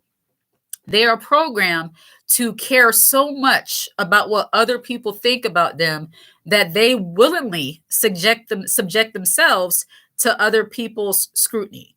They willingly subject themselves to other people's, harsh opinions, harsh judgments. They let other people come at them so hard, not because they value their opinion. Well, because they value their opinion and they feel like without it, they're not sure of themselves. See, on this side of the internet, confident, leveled up feminine women, we do not need outside validation. And that will also make you a source and a target for somebody else's jealousy. When you can hear but not hear what other people say to you, they will not be able to stand you. I can tell you that I've had people say certain things and I hear it, but I don't care. It's like, you say what you want to say, but I'm going to do what I'm going to do anyway. You feel the way you want to feel. That's your right for your feelings. But at the end of the day, if I'm comfortable with my decision and what I feel like God told me to do or how I live, that's your problem. And when you think like that, you're going to have haters. You're going to have people that doesn't like you, and you have to get accustomed to it. You have to get comfortable with not being liked, by being disliked by the right people. If the right people dislike you, you're doing something right.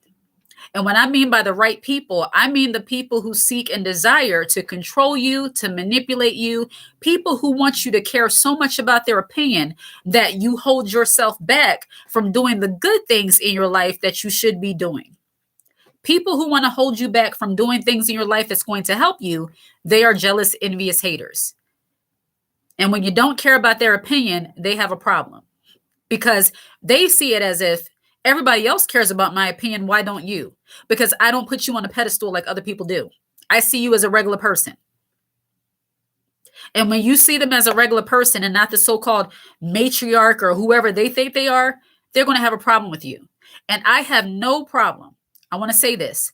I have no problem with a woman thinking highly of herself to a certain extent and knowing that she has value and impact, because I feel that way about myself. I feel like I have something valuable to add to the world. I think we all do. But there's a difference between women who want to use that so-called influence in the way they feel about themselves to somehow put other people down and point the finger at them. I don't like that. When they somehow make you feel like you have to, as somebody stated in the comments earlier, you have to vie for their approval. Oh, I don't do that. Like, I'm grown, I have children, I have business, I have things to do. I just can't do that. Let me look at some of your comments. I think I need to switch over to water. Cookie Dough the Great. Yeah, I developed that mentality long ago where I don't care what people think. I've had people dislike me because I don't kiss up to them. Absolutely. Now, I have to say on the flip side, it's not that you don't want to be perceived in the best light. And if you carry yourself as a confident, classy woman, if you're a feminine woman and you carry yourself with class, grace, dignity, you have self-respect, then you want people to perceive you that way. I mean, when I say you don't care about what people think, I mean, when you're doing things for yourself that are helping you, you're doing positive things in your life, and somehow people are jealous of you and hating on you because of that, and they want you to dumb yourself down. That's what I'm talking about when it comes to not caring what people think. When it comes to your level up and you're doing better for yourself, you absolutely cannot worry about what people think about you. You just can't.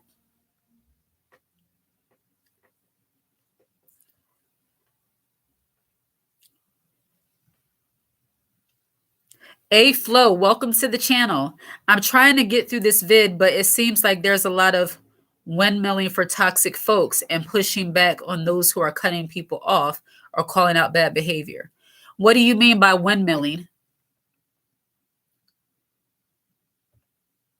Can you explain that, A Flow? When you don't tell them nothing, they assume and make up stuff. Absolutely. And let them assume. I like to hear stories about me. I like to hear about all of the happenings in my life that I'm not doing. So I love when people assume things. It's better for you to assume than to know and to spin it however you want. Like, no, that's their problem,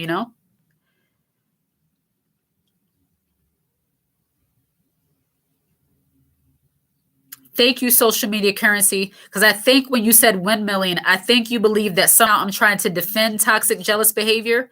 And if you've been on this channel for a millisecond, you will know that I don't do that. So all you have to do is watch at least one video and you know I don't do that.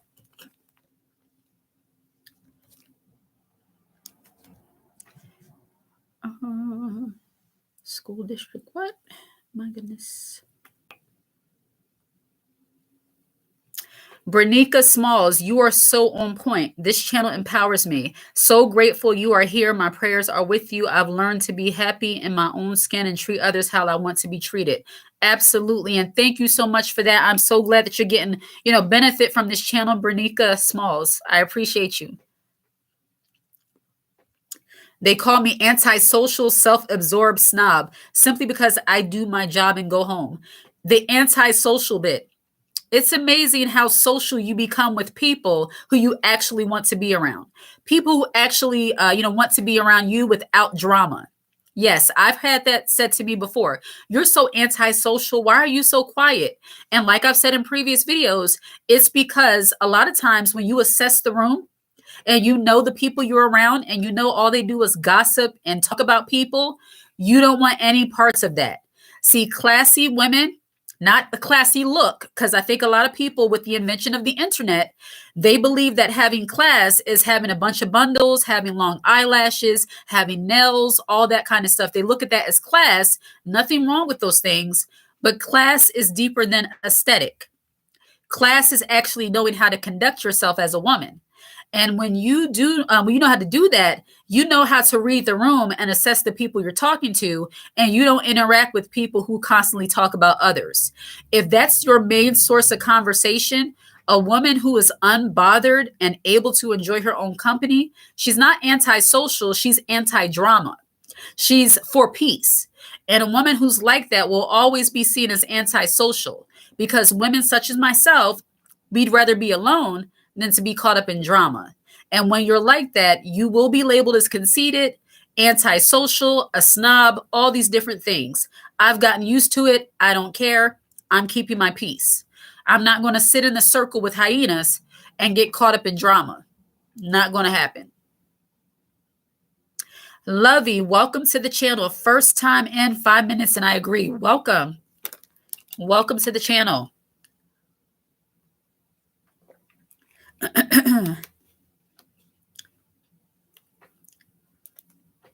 Latita's Planet TV, you do the contrary to that. I found this channel and enjoy it for that very reason. Same reason boundaries here are validated and encouraged. Thank you so much for that. Yes, I think the person who made that comment about windmilling, they have to be new. I see a lot of the comments, and I think what happens with a lot of my videos, people just look at the title sometime and they don't really take the time to just like really listen to what I'm saying in the video. They look at the title, or they'll take one moment and not listen for context. Wise women, we listen to things in context. When you look at the whole of what I say and it's like, okay, I get it now. Because I have to say, and I'm going to be transparent, this is YouTube. So in order to grab your attention, I have to say certain things in a certain way. And once you start listening, then it's like, oh, okay, I get it. A wise woman, a woman who has understanding, a woman who listens to understand and not listen to respond, she listens for context. So when you're not listening to things, and this is not just on YouTube, this is in your real life. This is a little tip on how to carry yourself as a woman. You want to listen to not respond, but you want to listen for context. You want to make sure you're responding in an educated way.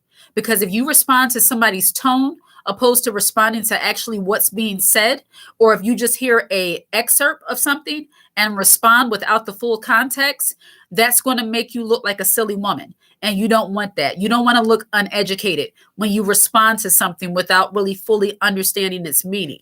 So you want to listen with context, and that's in your everyday life. Like classy women don't just hear one thing and say, well, it don't matter what they could be saying.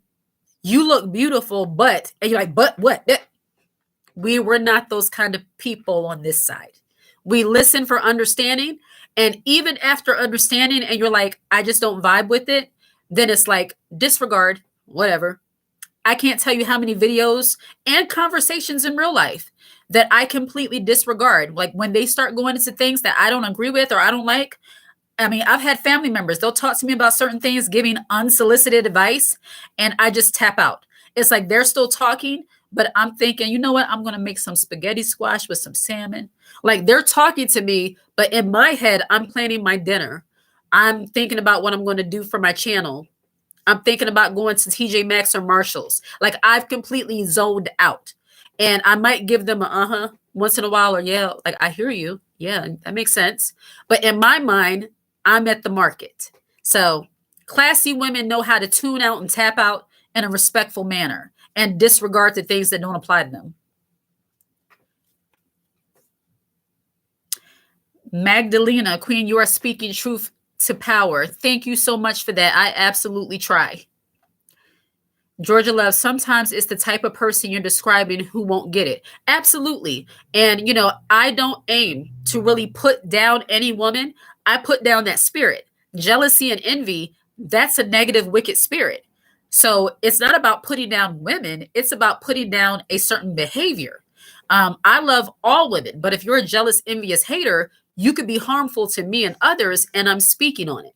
Yeah, we don't put down women, but there are certain women who are not yet at the level where they want to learn anything, where they want to elevate, where they want to do better, where they want to speak better, where they want to act better, where they want to understand. There are some women who are so accustomed to being lowbrow, savage like in their mentality, but leveled up in their looks.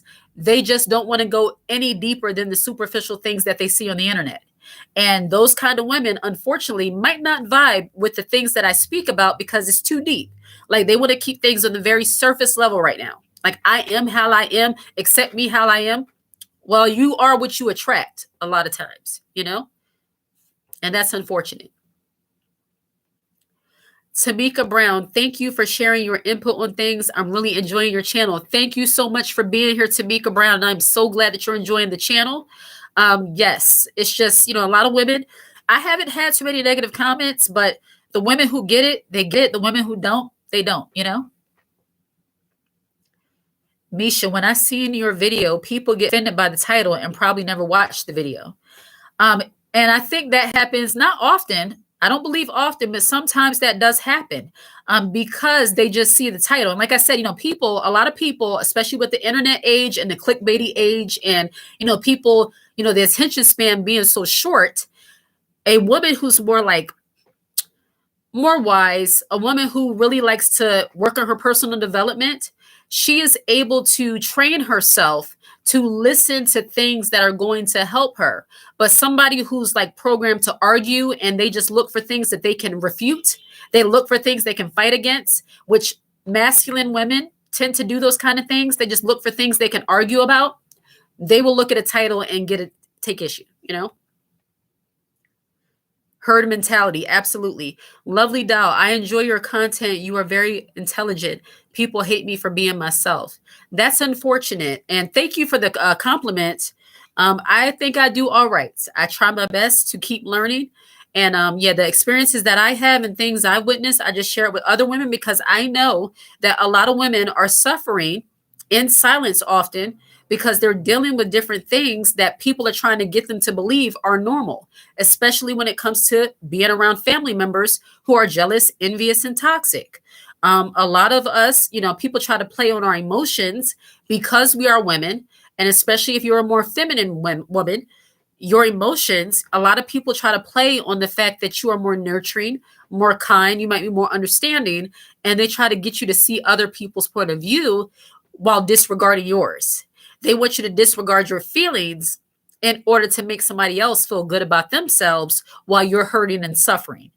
I had to realize that for myself. And when I did, that's when my whole point of view changed. It's like, I'm not going to sacrifice my mental or my happiness or my joy in order to let somebody else feel comfortable while they make me feel uncomfortable. Like I got more comfortable making other people feel uncomfortable with the fact that I see what they're doing, if that makes sense. Why do family members talk down on young people mistakes as if they haven't made the same mistakes? You do have some family members who do that. They forget they were in that same situation. And I think when a family member who's older and they see a younger family member in a situation and they've been there and they give constructive criticism or encouragement, I think that's a good thing. There's something to be learned. So if they see you going through something they've been through and they try to encourage you in it and say, yes, this happened, you can't unring a bell. What's done is done in most cases. If somebody has a pregnancy out of wedlock or, whatever it might be, a lot of jealous family members, instead of them seeing that person in that situation and trying to encourage them and help them do better, they want them to feel the guilt for the rest of their life. And it's unfortunate because a lot of the family members, especially older family members, a lot of them, unfortunately, they hold on to things. They have deep, dark secrets that a lot of family members don't even know about until they pass on. And then it's like, my goodness, she was the messiest of them all, but always put somebody down. And you have a lot of family members that are like that, where they forget their own messiness while they're putting somebody else down. It's not that you excuse messy behavior if somebody needs to be corrected, if it's a younger family member and you want to encourage them, but just to make them feel guilt over and over again, I don't think that's really something that's productive. What's the point? What's done is done. Try to encourage them to do better, not put them down or kick somebody while they're down. You know what I mean? Aaron, I love your corner armoire. Thank you. That's actually like built into the wall. So I call it my nook, but it's actually like it's built in. It's not an armoire, it's actually a part of the wall. So this kind of house I have is more like a, I don't know what they call it, but it's an older house, but it has different like little, I'm gonna look up the type of house I have, but I love it. It's my cozy little nook. So thank you. Magdalena, exactly. I would be your elder, and sadly, there are too many mature older women who verbally and energetically attack older women who are confident in themselves. Oh, yes, because older women, yes, I believe that, the older women today don't necessarily look the same way as the older women of yesterday, so to speak. Like the 60 of today might look 40. But a lot of our grandmothers, not saying there was anything wrong with it, they looked every bit of their 60, 70, 80, and so on. But today, a lot more people are more health conscious. They're more aware of their looks. They're more aware of, taking care of themselves. And because of that, they're reaping the benefit in how they look. And if you have an old, ran down looking auntie, I'm going to have to say how it's coming to me. She doesn't feel good about herself, and she sees you the same age range, but yet you're, looking good, taking care of yourself. You kind of, you're inspired by the younger people, not young minded, but just how we operate, and you are keeping yourself together and looking good. You'll have a jealous, hating, family member who doesn't like the fact that you're older and yet you focus on your looks to keep yourself together. There's no expiration on cute. Like there absolutely is no expiration date on cute or on beauty. I would hope that from year to year, as I age, I will continue to care about how I look, for myself first and foremost, but got to keep it looking good. You should do that as a woman. As long as God gives you breath in your body, why would you not want to make yourself look good? I don't get that, to the best of your ability. Anita Conjo, welcome to the channel. Siblings following their siblings' ex on social media when they have no reason to follow them. Following the exes on social media, that's messy because, sorry about that. That's messy. To me, it's like if that's an ex and you don't know them, then why are you following them? I've had people who were exes of like people that I used to know, and it's like, why are you following me? I never talked to you. So why do you need an inside look into my life? Like, and that's one of the things, the issues that I take with social media sometimes when people are your friends, but they never like any of your photos. It's like, why are you here? I just remove those people because it's like now it's like you're a spy. Like, I don't have time for that. Not that I really post anything for me, but some people post their entire life on social media only to have a bunch of strangers and haters looking at what they're doing. I just don't like it. I'll remove them. Like, why are you here? That's like somebody sitting in your house, never saying anything to you, but they're just following you around. They're watching you while you sleep. For what? Why are you here? You're not interacting with me. What's the point? I'd rather have, 15 or 20 people that actually interact with me than to have hundreds and hundreds of people who have the inner workings of my life, but never actually engage with me. It's like, why? Yes, Diana Savicek, a lot of older people look very nice, very beautiful. Some people say I'm 67 this week, and it's like they don't look a day over 40. It's Kia Love. Welcome to the channel. You are spot on. This is why I choose to be a loner. I don't even understand how people who have more than you can be jealous of you. I'm stuck up and snooty. They call me a white girl. Oh, if you're black, that being called the white girl thing, my goodness, that is a thing. But you know what? Excuse me one moment. Let me check my background to make sure everything is everything. All right. You're not going to see anything. I'll be right back. Give me 1 second. 1 second. Right back.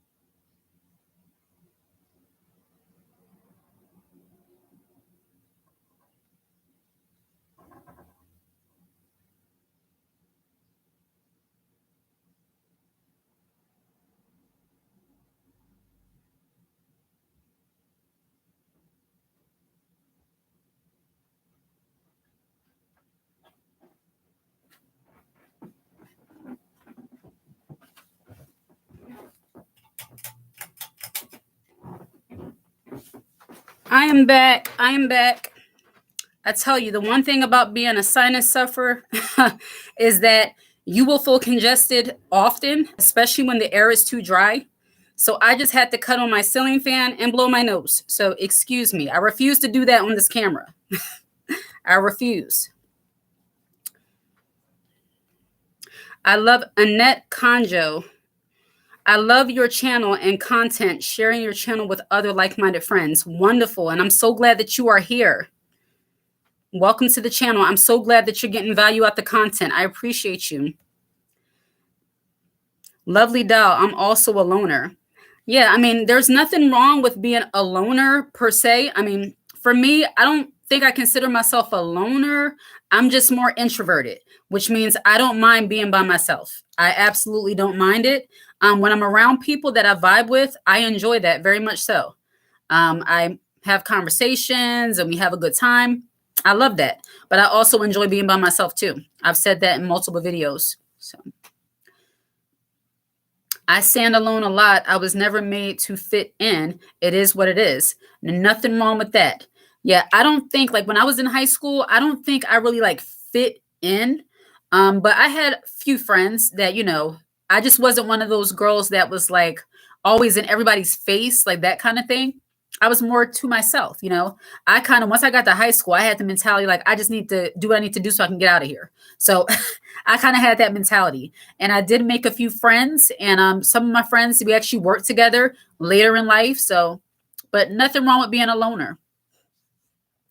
I used to work Restored Essence. I used to work for a dentist who fired me unfairly, and I took him to court and won the case.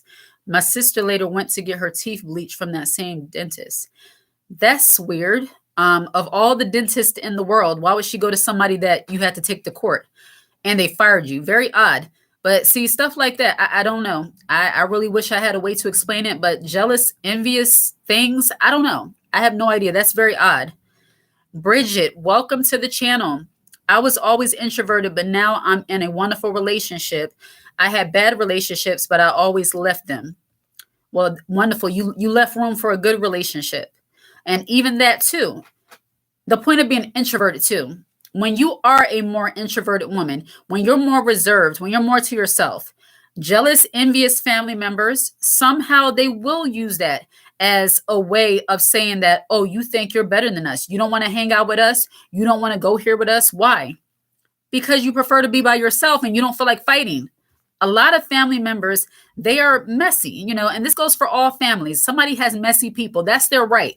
It becomes an issue when they get upset with you because you're not messy.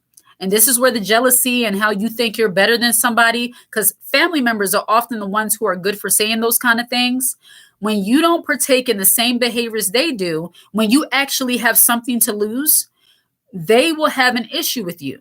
Some family members live as if they don't have anything to lose. So they can just run their mouth and say and do whatever they want to say. They can act however they want to act. They lose their jobs left and right and don't care. They can lose their money, bad relationships, because that's what they're used to.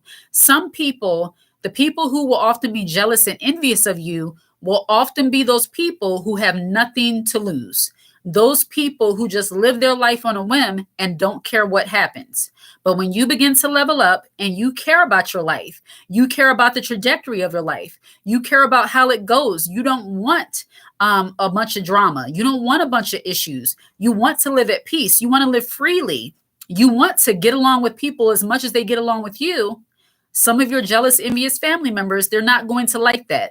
They might call you goody two-shoes, or you're trying to be like a white girl, or especially if you're black, or all these other things they might say about you simply because you're trying to keep the peace.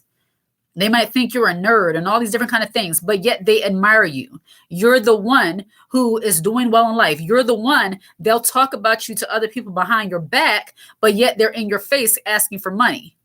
Stuff like that, you know? Very odd. Nancy Wilson, welcome. Some people have called me stuck up because I don't have patience for people's disrespectful behavior. And you should not have patience for anybody's disrespectful behavior. Do you have to address it every time, depending on what it is? No. You can remove yourself. Like I've said, that's my go-to. But when you have time and you address disrespectful behavior, absolutely. Yeah, I've had somebody tell me, like, what are you, the queen? Somebody has to tip their hat to you. Well, it's not being a queen because I expect somebody to respect me. They try to say you're a diva. I've heard those kind of things. Oh, so everything has to be perfect. When I'm paying for something, yes, I have to get exactly what I said I wanted. Like, this doesn't have anything to do with family members, but I'm going to give you a little story. And this is making the point that you don't just accept anything from anybody, especially when it comes to money. If somebody's giving you something freely, then fine. But when it comes to money, you have a right to expect what you expect, especially, if it's something you're going to consume or if it's something when you wear on your body. Like, so I was at Dunkin' Donuts. This was like a month ago. And the people that were in there before me, I was in a different type of neighborhood. A lot of people that don't look like me, a lot of vanilla people. Nothing wrong with that. I love all people, but a lot of them in there. And the people behind the counter, they were Native Americans, Indians, however you like to say it. And I walked in, ordered what I ordered, and they got the order wrong. They got the order wrong not once, but twice. I ordered a drink, caramel macchiato. They gave me some kind of watered down, whatever they wanted. I gave them the opportunity to make it again. So the second time I tasted it, it tasted a little bit better, but it wasn't what I wanted. So I just grabbed the food too. Me and my family got back in the car and I started giving out the food to my kids and to my husband, all that. And I'm looking at the food. I'm like, wait a minute. So not only did you get my drink wrong, you have burnt hash browns here. You have sandwiches that aren't fully cooked because the cheese isn't melted. I'm like, no, this is too much. I'm going back in. And I'm not really the person that's going to automatically just go back in. I try my best to just like let it ride. Don't worry about it. It's not the end of the world.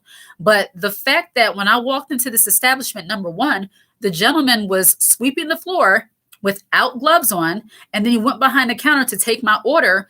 Somebody else, to my knowledge, made the food, but he didn't wash his hands or anything, just started taking the order. And then on top of that, you all were smiling in the face of the people who didn't look like me. But then when me and my family came in, you treated us differently. And I'm not a woman that plays the race card at all, but I recognize it when I see it and I don't deal with it. So I went back in and I'm going to be straight up honest with you, okay? I had a diva moments, okay? My husband, he was right there with me, and he'll tell me to relax, but he don't say the words relax. He'll just rub my shoulder because he know like saying the words relax when it's wrong is just like not the right thing to do. But he was just rubbing my shoulder, and I was telling the gentleman in a respectful way, I said, I ordered this drink, and we ordered this food here, and you messed up my drink the first time, and now the drink is still not right, and you gave me burnt food. And I took out the hash browns, and I didn't throw them. I just put them on the counter. I dumped them out on the counter and showed him that these were burnt hash browns because I was irritated, okay? I was irritated. It was during that time. I'm like, no, you're not going to do this. I said, I want the money back. And I did that after he said, no, I can make it again. We're going to make it again. I said, no, we need the money back. And he said, ma'am, I can just make it again. I said, these are burnt. And I put them on the counter. And my husband, he's standing there. He's just like, okay, it's all right. And I'm like, yes, but it's not all right. Because at this point, they're just playing with us. And my husband is like, sir, we just need the money back. And then they went and did the refund. I gave you that story to say that it's not okay for people to treat you however they want to treat you simply because they think they can play with you because of how you carry yourself. See, when I walked into this establishment, I'm pretty certain that they thought that because we were only the only different nationality people there, that they were going to be able to get away with what they did, and they weren't. And I saw some of your comments about fighting the angry Black woman stereotype. Sometimes you can't worry about that. And that goes in alignment with caring about how people see you and how people view you. You want people to perceive you in the right way, but not if you have to lower your standard and let them disrespect you to do it. So I just made that point. I hope this is in alignment with what we're talking about, but I feel like you needed to know because I think some women confuse being feminine, being classy, being gracious with letting people run all over you. Was that a classy moment? Absolutely not. Was that a moment that actually provoked me to be irritated to that point? Absolutely, because they thought we were stupid. It's crazy. That's the reason why they target me, because I stay to myself and stop coming to family functions.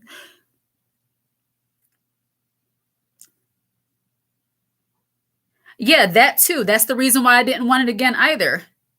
They're going to do something to the food. Oftentimes, people will play in your face until consequences. Absolutely. And, not one time did I raise my voice or anything. And my husband, once again, he was right there. And because I was taking care of the situation because of how I am, because I just was so like irritated with it, I said, you know what? Like, no, this is not going to happen. And at the end, my husband, when I was done, he's like, we just need the money back. And he just put the money back on there, gave us the receipt. There you go. I mean, it was like 20 something dollars. That's not the point. The point is that they just didn't care. It was very weird. And I had people in the line, there was a couple people who walked in and, they were looking like, come on. And I understand completely, but I can't let this go. Like if I let that go, that's just saying that, I don't care about myself. Like you could feed me anything. Like I'm not an animal. I don't even think dogs eat anything. If that makes you a diva or whatever, whatever. I've said many times, and my husband, it took him a while because sometimes, my husband, he'll kind of let things slide. He doesn't worry about it. But I'm like, honey, no, you paid the money for this. It's okay to like worry about it. He's like, it's just $10. It's just this. It's just that. Sometimes it's okay to say it's not okay in this moment.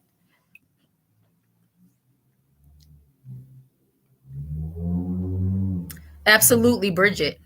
Gina Queen Diva, welcome to the channel. I can say this, I'm very intuitive, but sometimes I give people the benefit of the doubt, not no more. And I used to be a benefit of the doubt queen. And there is a difference between benefit of the doubt and grace. Giving people grace is like allowing them to like, they apologize. They said they were going to do this. In that case, if they would have made the drink right and then gave me food that was decent, the end. The end. But the fact that it's just like, here, throw something in the bag, they'll take anything. No, no. And then me being me, when we got back into the car, I had to give my children a lesson on how you do not let people do that to you. And if anybody, you're paying your money and they try to just give you anything, there's nothing wrong with asking kindly at first for a refund. I even offered to call the police because they looked like they wanted to call the police, too many black faces in the right spot at the wrong time. I said, I can call the police if you would like so you can feel more comfortable. My husband, like, I'm just like, sometimes I do have time. When things like that, yes. There are people, because you don't look like the aesthetic, and I've had this with women too. They can't believe we're in the same industry for some reason. And, when it comes to certain things like colorism and featureism and all those kind of things, and we're going to go there, if you don't fit the aesthetic of what they say you should look like, sometimes they don't take you seriously until they see you in your element and they're like, oh, she's somebody. It's a shame that it's like that, but you have even family, friends, they have to see you in your element to say like, oh, she's the real deal. Oh, I should respect her. And that's unfortunate. And family do that simply because they know where you came from. So if let's say your mother or your parents, they had their issues, they made their mistakes, they were, maybe they had some kind of problems and they see you based on how your mother was, they might feel like, well, who is she? She's just so-and-so's daughter. He's just so-and-so's son. I don't have to respect him. Why do I have to treat him any kind of way? Oh, just talk to her however you want. That's so-and-so's daughter. Until they actually see, first of all, I'm my own person as a woman. And then second of all, you're not a reflection of your parents once you grow up. You're a reflection of yourself. You're a reflection of God. You should be the image of God, but you're yourself as a grown woman. And so people, they often in families, they're deciding how much they're going to respect you based on maybe whose child you are. That's where favoritism and family come in. Caribbean. I come from a poor background. Excuse me. I come from a poor background and from other country. I moved to the US, learned the language, even almost lived in my car at one point. Now I have a better life and my brother is jealous. Yeah, sometimes family will get jealous when you came from the same place and you beat the struggle and they decided to stay and they feel some kind of way about it. Absolutely, that will happen sometimes. So I stopped posting on social media. Sometimes that's the best. And it's not that you're hiding your life from somebody because your life is not a secret, but it's okay to keep your life private. I did a video about relationships, about how they're not secret, but private. You should watch that. I'll link it in this description box as well, because not posting everything on social media actually is safety for you. That's the way I see it. I see not constantly putting your every move and your every action on social media as somehow like safety for yourself. Everybody doesn't need to know what you're doing or what you're accomplishing in that moment. It absolutely can protect you from jealous, envious people. I don't post too much of my life. Of course, I'm on YouTube. So now, people are kind of free to hear whatever they want to hear. Do I care? I don't care. But when it comes to being a more private person, not posting everything on social media, to me, it somehow keeps things more sacred too. Like they have more value, more meaning. That makes sense. Nikki, that was my mom. Once she saw our relationship went downhill. Try using a humidifier to help with your sinuses. Thank you. I have a humidifier upstairs. I haven't used it in a while, but I'm probably going to get another one. I need filters and all of that. Thank you so much. Like, it doesn't happen all the time during these months. I think because I was drinking that caramel macchiato, sometimes, and it's not even dairy, it's oat milk in there. So I really don't know why my allergies was acting up a moment ago. The stalking and threats being targeted. Some family will still treat you like you're a child, even though you're an adult. Yes. I've had family members who talk to me, or they used to talk to me when I was talking to them, like I was still that same 14, 15-year-old girl. And I'm just looking at them like, you do know I have a child that's like 19 years old, right? I have a young man. Like, I'm so far past that. Like, what are we talking about? For some reason, my mother never wanted me to respect myself. I'm white, but these issues aren't race related. Absolutely, they are not. And it doesn't matter where you come from. Class is just inborn. Maybe it's character. It's your character. Absolutely. Race, jealousy, envy, class. None of that has to do with race. It's about your character as a person. And some people have a piss poor character. I just have to say how it is. Their character sucks. And it's because nobody ever probably checked them on how they talk or how they act. And when they come around people who understand their self-worth and their self-value, and they don't allow people to speak to them like they're nothing, they feel taken aback by that. They feel threatened, and they say things to you to try to gaslight you into believing that you require too much. Like, oh, I've had somebody actually say this to me. Oh, what, I have to tip my hat to you? What are you, like the queen? Because I want you to respect me and talk to me like you're not crazy? That makes me the queen? Then fine. Bratty Cakes, welcome to the channel. Welcome. I always ask for my money back. You have to show them the first time that you're not here to play. I teach my children that as well, and I had to also talk to my husband about it. Men will brush it off. Yes, some men are the kings of the brush off. My husband, he likes to let things ride, not all the time, but certain things, he's very laid back. It's like, whatever, it's fine. And I'm like, some things are fine. Me and my husband, we're the same way in a way, but in some ways we're not. I'm more of the like, well, did you ask them this? Why did this happen? And he's like, I'm not worrying about that. I'm like, no, we need to worry about it. I'm going back in. Left to my husband, he probably would have walked away with the stuff and said, you know what, it's okay. We'll just grab something from the mall or grab something from here. And I'm like, no, why spend money twice when they can get it right the first time? Things like that just really bother me because it's like they want to do whatever they want to do when you're paying for it. I don't like that. Yes, money back. Thank you. I could be a millionaire. That's not the point. I would like the money back because it's the principle. When it comes to food, it's the principle. You don't do that to people. What kind of example would I be setting for my children if I allow somebody just to give them anything that they paid for? Now, if somebody's giving you something for free, I still, even with the poor, I believe that, dignity is still a thing.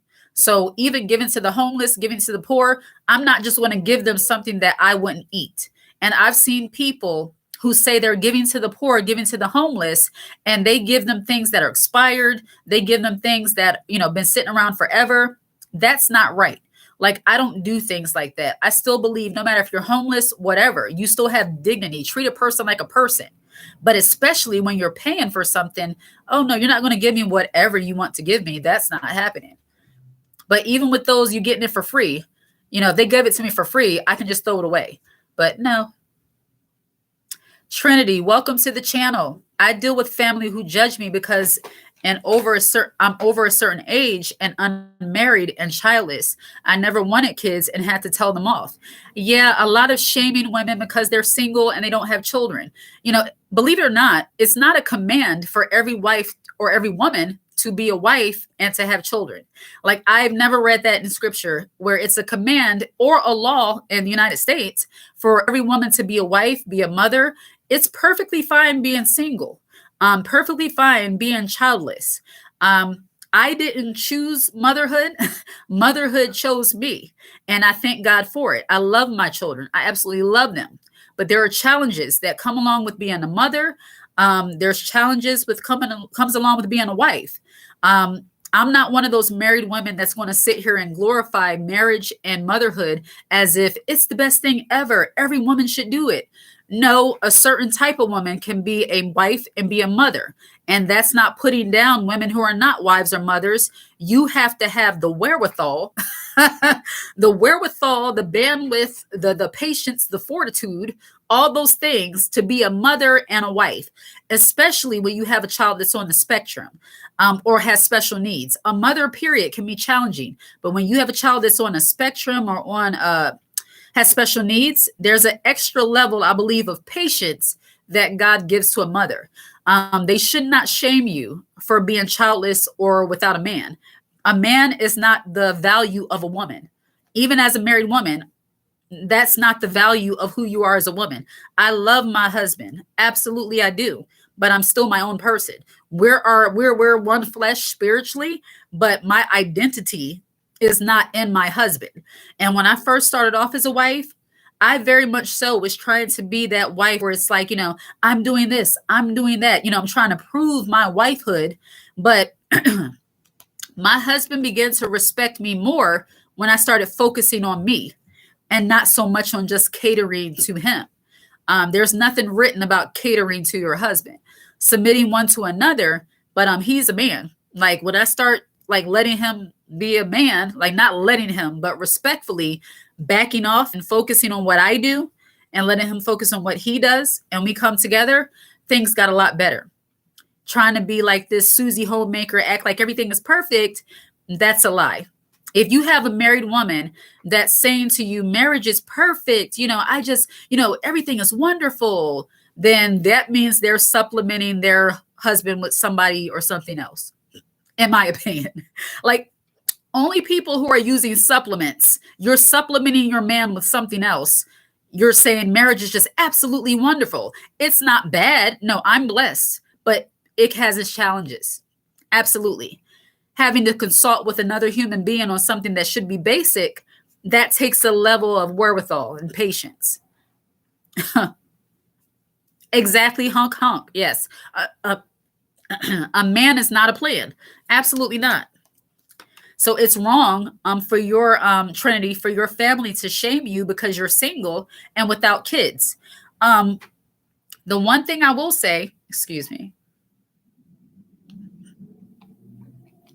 the one thing I will say about having children, and even though you don't have children, I believe that God will and can surround you and other women who don't have children, who don't have a husband.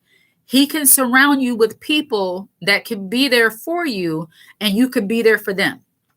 He will surround you with people who can be like family to you, can be there for you, and vice versa. Because the thing about having children, if you have a good relationship with your children, is that you're not going to be alone. And in your older age, you should have somebody there to be able to be there for you or encourage you or, having a husband. I'm not going to sit here on the flip side and say that having a husband is not a benefit either, because it is. I will never dumb down marriage. Marriage is a blessing. So just where there's challenges, there's also extreme blessing. A lot of the things that I've had to deal with and go through, I didn't have to go through on my own. I had my husband to pick up the slack, because I didn't feel like it. And even when I do feel like it, there's certain things I don't have to deal with because I have a husband. There's certain things, I have a daughter and she's a teenager and a son. So I'm not alone. So that's a blessing. But even still, nobody has the right to shame you because you don't want that. You don't want it. You don't want it. Like I said, this life chose me. I didn't choose it. And God has everybody's life planned out. So your life is your life. If you're fine with that, then don't let anybody shame you out of, otherwise. Gina Queen Diva, I'm glad I disappeared from all of them out of the blue too. Invested in my life. They never thought that I would do this to them. That's why they were shot. Now my peace means everything. Absolutely. Sometimes it's like that. I've heard of people leaving the country, leaving the state, away from their family just to start over. And sometimes that's necessary. Nancy Wilson, may everyone that is participating in this live stream have a wonderful, warm day. Thank you for being here, Nancy. You enjoy the rest of your day. Dear Brave, you can also become mentors to other people's children. Absolutely. But if she doesn't have her own children, Dear Brave, she might not want to be a mentor to anybody's children. Like, a woman does not have to have kids involved in the equation of her life. Like, it's not mandatory. You'll come in contact with children some way, I'm sure, but that's not every woman's desire in life to have kids. And that's okay. That doesn't make them any less of a woman because they don't have kids. My great bougie gal, my great grandmother used to treat one of my aunts horribly because she was the darkest child. Oh yeah, back in the day, that colorism thing, the lighter kids were revered. That's just ignorance. I don't know. I know why. It's deeper. It's more connected to our history, especially as Black people. That was definitely a thing back in the day. It's unfortunate, but that was definitely a thing.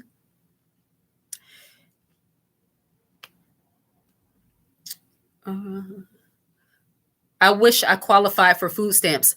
Life with Prissy, me too. I think just as a human right, all of us living in the United States at this time should be qualifying for food stamps the way they are increasing the prices on food.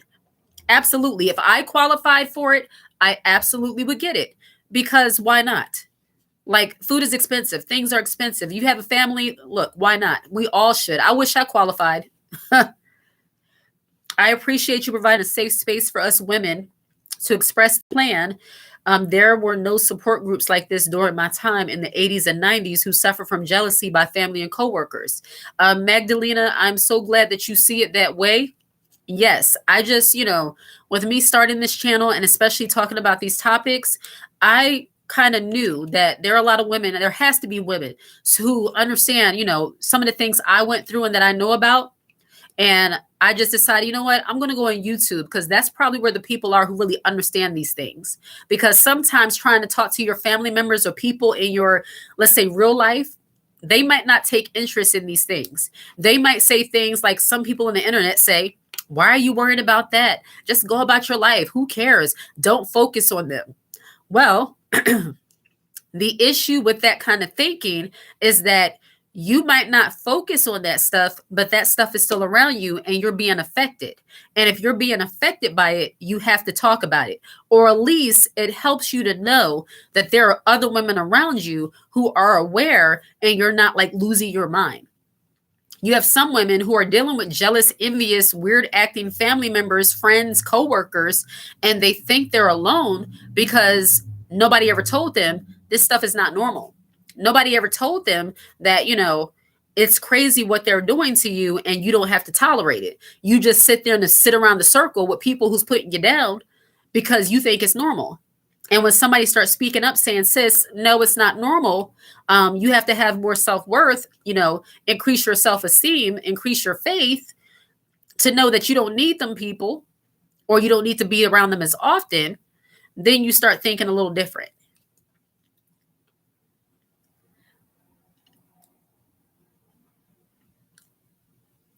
Thank you so much, Serenity. Blessings to you. Serenity, welcome to the live chat. Sometimes it's your mother that no matter what you do, even being a doctor, it's constant insulting, body shaming, or bringing up the childhood nonsense. Oh, yes. Lady Lala, being a doctor, first of all, that is wonderful for you. And, a doctor is considered one of those careers, a very meaningful career, which it is, not just considered, it is, but it's also one of those careers that when people talk about what they want to do, the top status symbol is doctor, lawyer, which is wonderful. But when you actually do that and you have a jealous mother who might not have been able, and I don't know if this is your situation per se, but you have a mother who's jealous because of that, she might not have been able to go to school to become a doctor or do different things. And she's seeing you live a life that she herself might not have been able to provide for you. That absolutely can provoke jealousy. That can provoke envy, because it's like, okay, you have some mothers, some family, you would think they want you to do better, but they would see it as, okay, we were all raised in the ghetto, so how they get out, but I'm still here. Like, they might not verbalize that, but the way they act towards you, they very much are saying, like, how did she get out of this? Who does she think she is to do better than us? That's literally what they're saying when they take little shots at things that are wonderful about your life. And especially when it comes to money. Being a doctor, that's not a regular job. It takes a lot of effort and work. So that alone can provoke jealousy in a jealous, envious mother. And that's unfortunate, because a mother should want children to be better than herself. I know I want my children to be better than me. And so on and so forth. I think that's the way it's supposed to go. But when people have deep-seated jealousy and envy, especially a mother or a sibling, they don't understand that, now when it comes to being a reflection of somebody, you can be a reflection of your parents if your parents were, wonderful people who did the best they can to raise you, and you've accomplished great things in addition to having good character and being a decent person. As a mother, that would make me proud to say that my daughter did this, my daughter did that, because, I'll take full ownership of what my daughter does, the good things. Like, I did that, my daughter, I'm proud of her. I raised a daughter who was able to do that. But you have some mothers who are so jealous and envious, they don't think that way. They look at you as a regular woman, which I don't understand how some mothers are like that, but I know it's out there. Misha, I would love for you to do a 30-day challenge next month for all things woman, money, mindset, or feminine health. Oh, that is a plan. Misha, thank you so much for putting that out there. I appreciate you. You know what? If I decide to do that, I'm going to make sure I shout you out on that again. Let me write this down. Next, money, mindset, feminine health. Absolutely. See, I've seen a lot of 30-day challenges and things like that, but I really wasn't thinking along those lines for this channel, but thank you so much for putting that out there. I might do that. And what I notice is that when I talk about femininity, while I know there are a lot of you who are still interested in femininity, I'm seeing that more people are interested in the jealous, envious, toxic behaviors that I discuss when it comes to people. When I put a video out about femininity, it seems like a lot of people are not interested. And that's why those videos often go into my membership tab. Join the membership for more femininity content. But it seems like a lot of people are more interested in these topical, behaviors as far as relationships with jealousy and envy. So that's why I keep talking about this topic so much. Plus, I'm genuinely interested in it. But it seems like a lot more people are being impacted by the topic of jealousy and envy. So that's why I keep discussing it.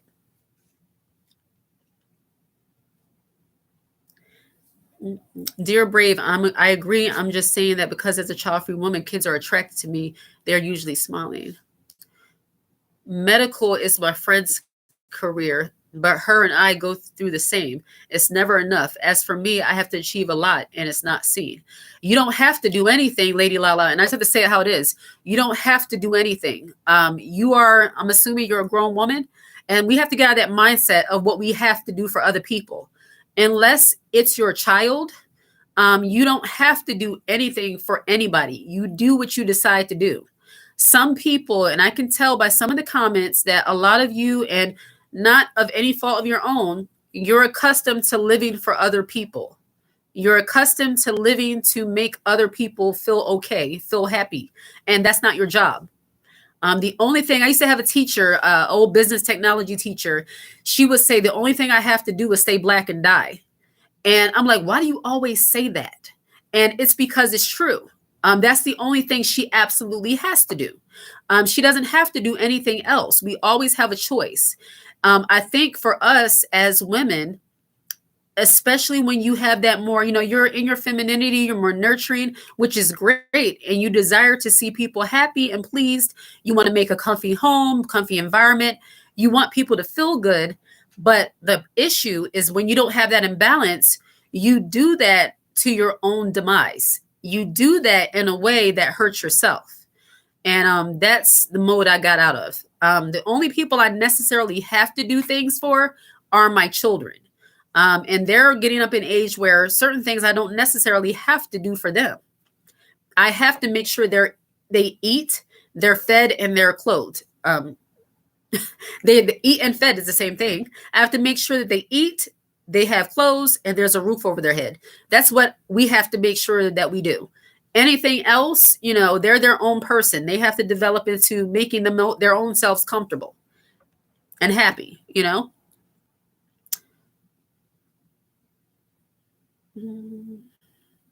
Kenya Turf, welcome to the channel. Kenya Tough, welcome to the channel. I can't ever seem to get along with women in the workplace as of late. Maybe you leveled up and they did not, and they don't like you for that. Who knows? I had a woman the other day, she asked me a question, and I want to make the point real quick that the way you look doesn't equal to class, because this woman, she looked beautiful, but her attitude was nasty. And the way she was talking was nasty. And she interrupted me when I was talking to somebody else, and that was very nasty. And that goes to show you that just having a feminine look and appearance does not make you classy.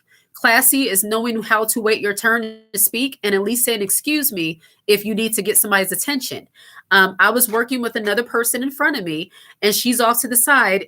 And I just noticed her on the side of me. And I looked over and said, do you have a question? And while I was helping the one person in front of me, which I should have ignored her, but she was staring at me so hard. Somebody stares at you where you could feel it. I was like, do you have a question? And she was like, yeah. And I'm like, okay. I started to say, I'll be right with you. And she just like, yeah. So and I'm like, my goodness. And she said, is it over there? And I just looked at her and was like, yeah, it's over there. Yeah. And she walked away and rolled her eyes. I'm like, my goodness, that was ignorant. That was rude. But yeah, women in the workplace, when you look good, when you feel good, when you're confident and you don't care about speaking to them, and you're able to be to yourself and you can do all of that, a lot of times women in the workplace will not like you, or at least they will give you the skunk eye or feel like, they want to have little side conversations. Let them do it. I've dealt with that multiple times at work, and whatever. I was there longer than them. Normally they were on their way out, or they end up getting fired or something. So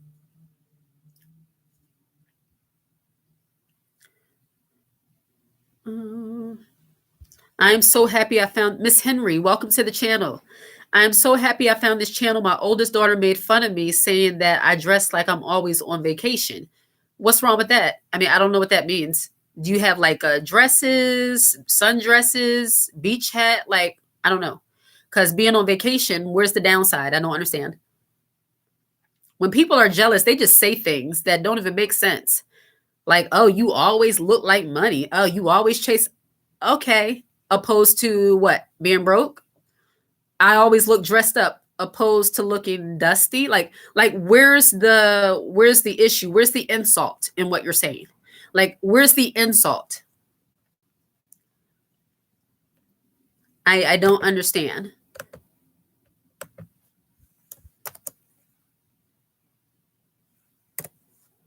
I just linked the Cash App in the thank you so much for that. I just linked the Cash App in the chat box here. I appreciate you.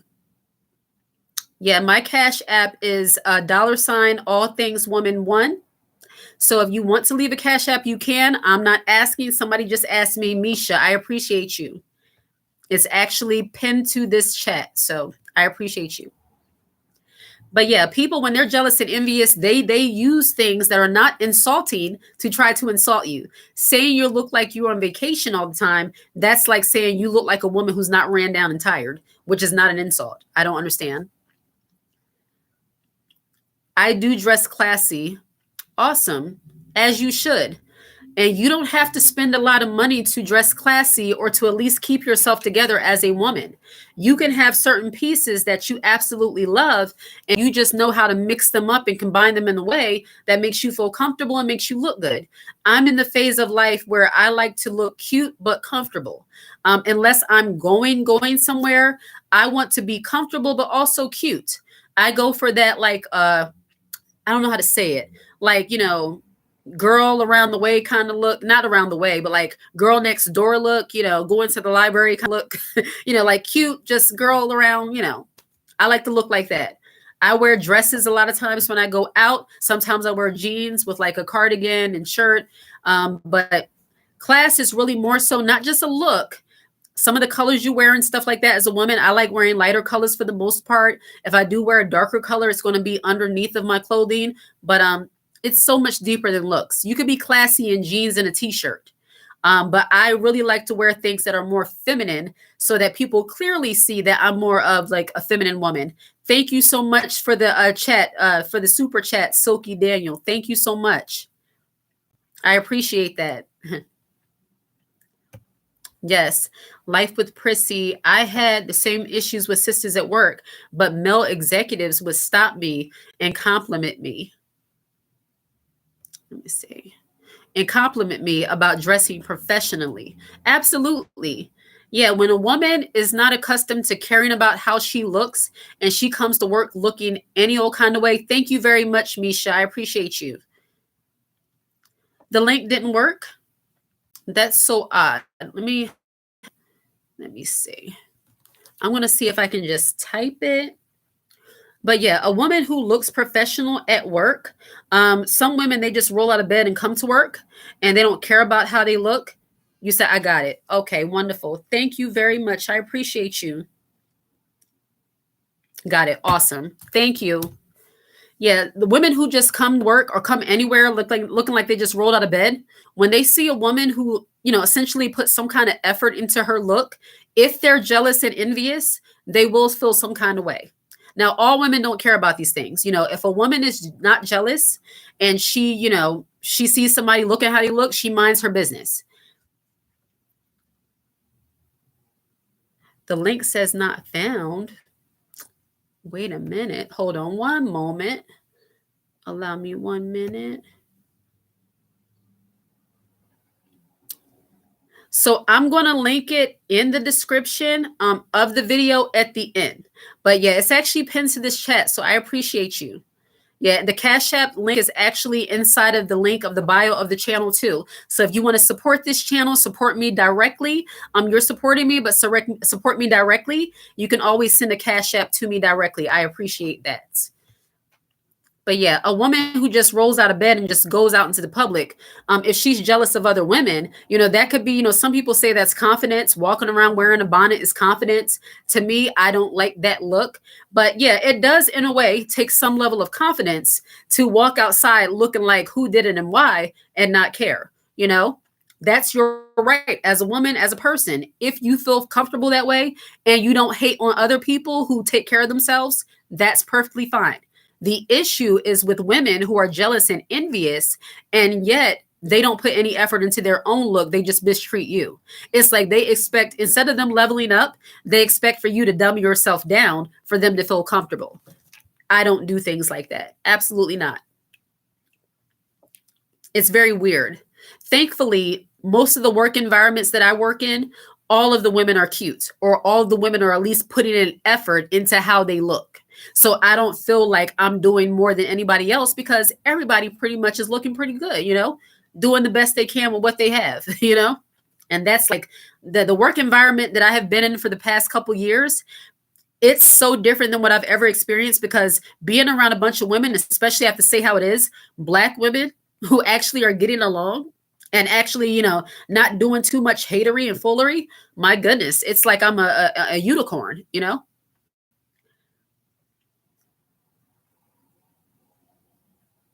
Okay, I'm going to actually type it. Let me pull it up on my phone.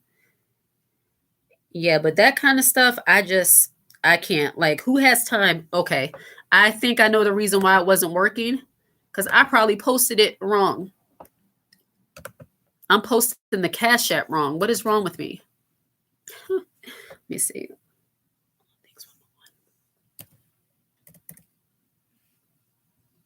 All Things Woman One. So this is my Cash App handle. And why is it not typing? Woman One. So it's $ All Things Woman One.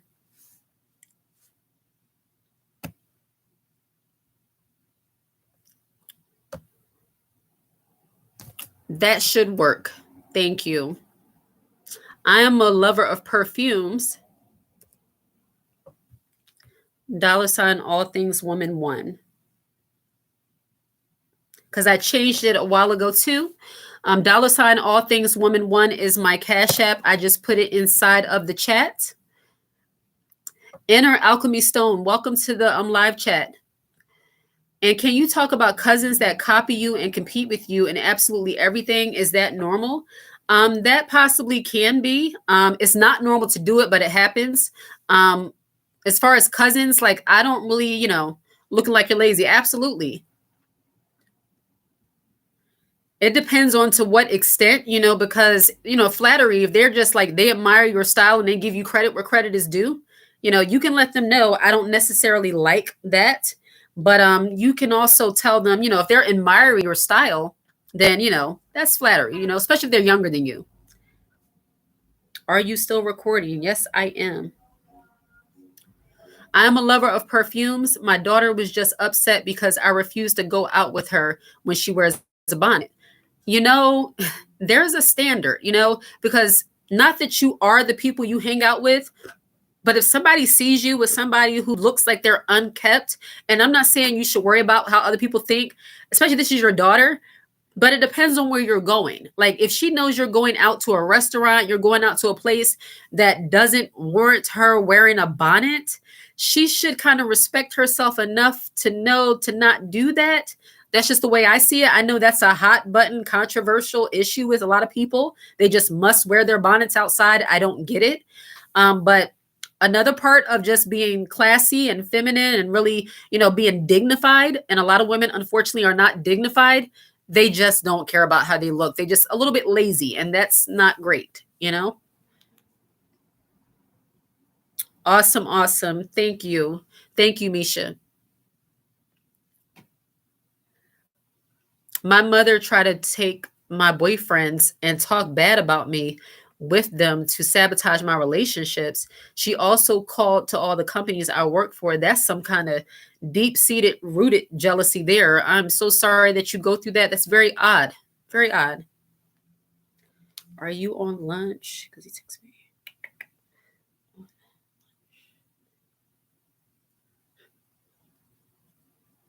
Sorry, Texan Hub's back. Tia Mammy, welcome to the channel. Right? Come to work with bonnets or get mad at you because you care about your appearance. Absolutely. It's very weird.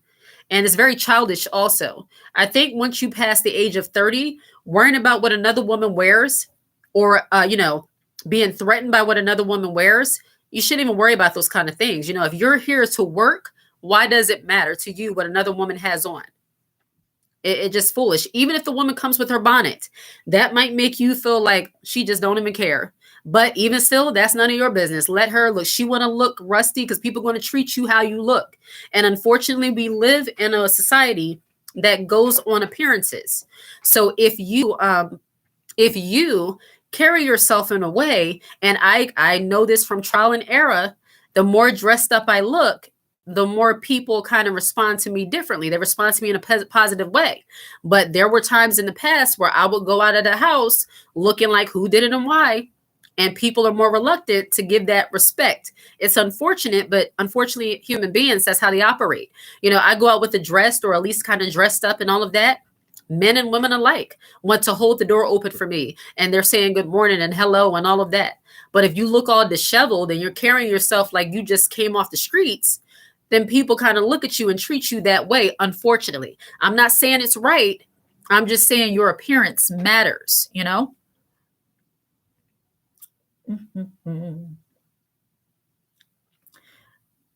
I guess it's a younger generation thing. Maybe. A jealous mother is absolutely very dangerous, and I would not want to deal with a mother who's always scrutinizing my every move and putting down the fact that I'm doing better in my life. You just don't need that kind of energy. I wouldn't deal with it.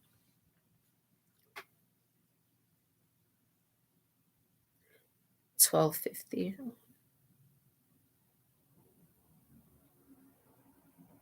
Wow. You dress the way you want to be addressed. Absolutely. That's the way I see it. Dress the way you want to be addressed. Just because you don't have the most expensive clothing, I want to make this clear. Just because you don't have the most expensive clothing, that doesn't mean that people have a right to mistreat you. Just because you're not dressed in all kinds of labels and name brands and all of that, that doesn't mean that people have the right to mistreat you. I'm not saying that. You queen at your level. Queen at your level. Do the best you can with what you have. If that means going to, I've seen people, I used to work in the dollar store, and there were a lot of stores, Family Dollar. I used to work there, and there were a lot of little cute outfits that you can kind of piece together, and people might not know the difference. If your budget is Family Dollar or the dollar store, you make it do what it does. You work it out, because really it's the way you carry yourself and the way you put it together, the way you style it, that's going to make it look nice. If you can only afford to go to Family Dollar or a dollar store and get some little pieces, do that. If you can afford to go to Rainbow or Walmart, Target, do that. If you can go to TJ Maxx, Marshalls, Saks, do that. If you could go to Louis Vuitton and Gucci and, all these other places, do that. Queen at your level. I believe that no matter how much money you have, you can always look cute.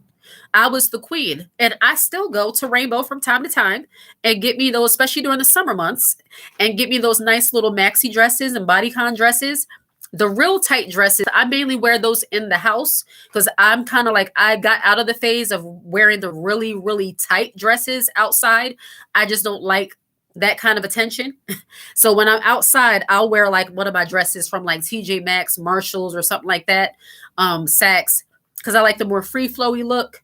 But when I'm in the house, like when Hubs comes home, I want him to see something tight and form-fitting, but also ladylike, So I wear the bodycon dresses from Rainbow, or, even go to Target, Walmart during the summer months, Whatever your budget, you can still look cute. That's the point I'm making.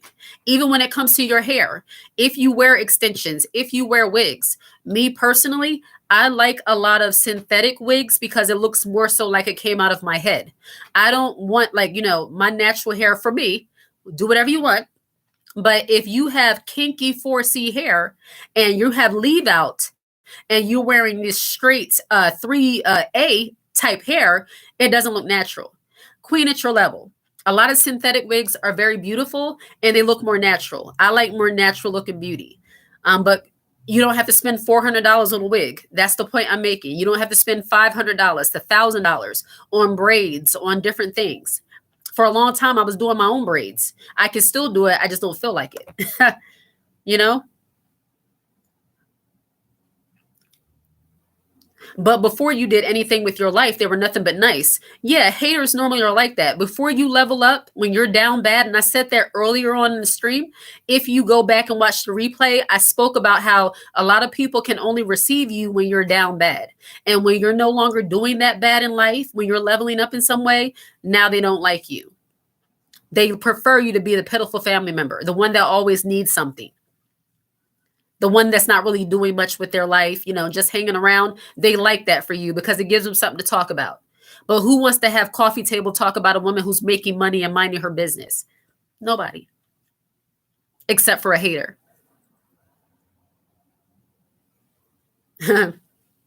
Nightbird, love Rainbow. Absolutely. I don't like Rainbow during the winter months because a lot of the clothes in there make you like a cartoon character. Like, for me, in my opinion, A lot of the clothing, like the shirts and all of that, they have big statements and pictures of people's faces.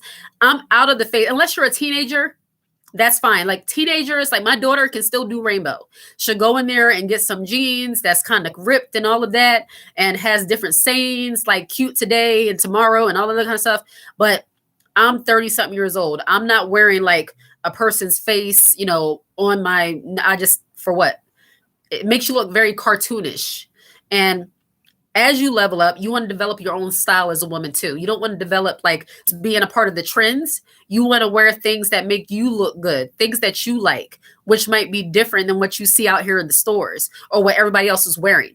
Like in my city where I live, stretch tights and long t-shirts are a thing.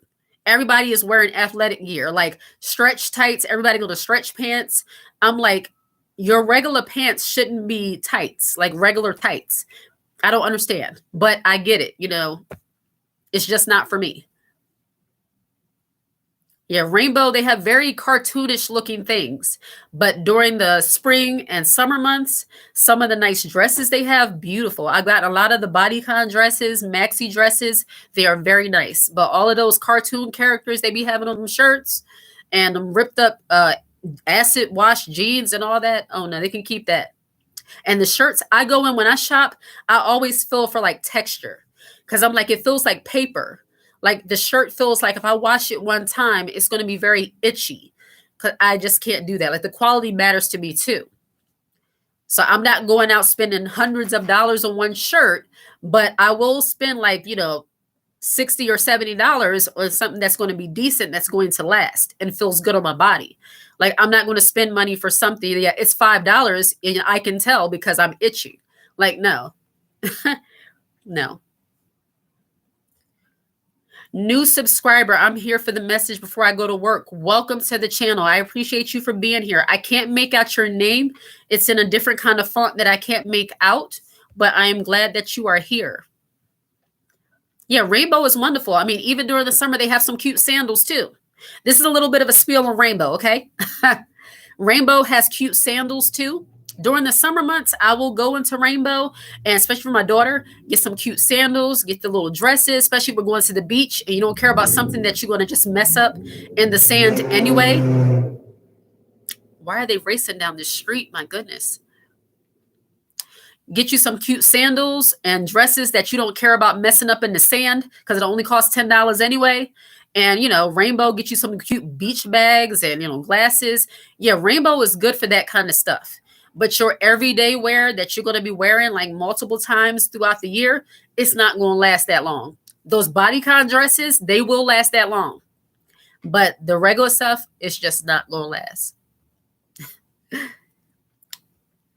Nightbird, haven't been in a long time, but they do have some cute shoes too. Or come in handy when you need a cute shirt real quick. Exactly. The real quick, like, okay, I didn't expect to go here.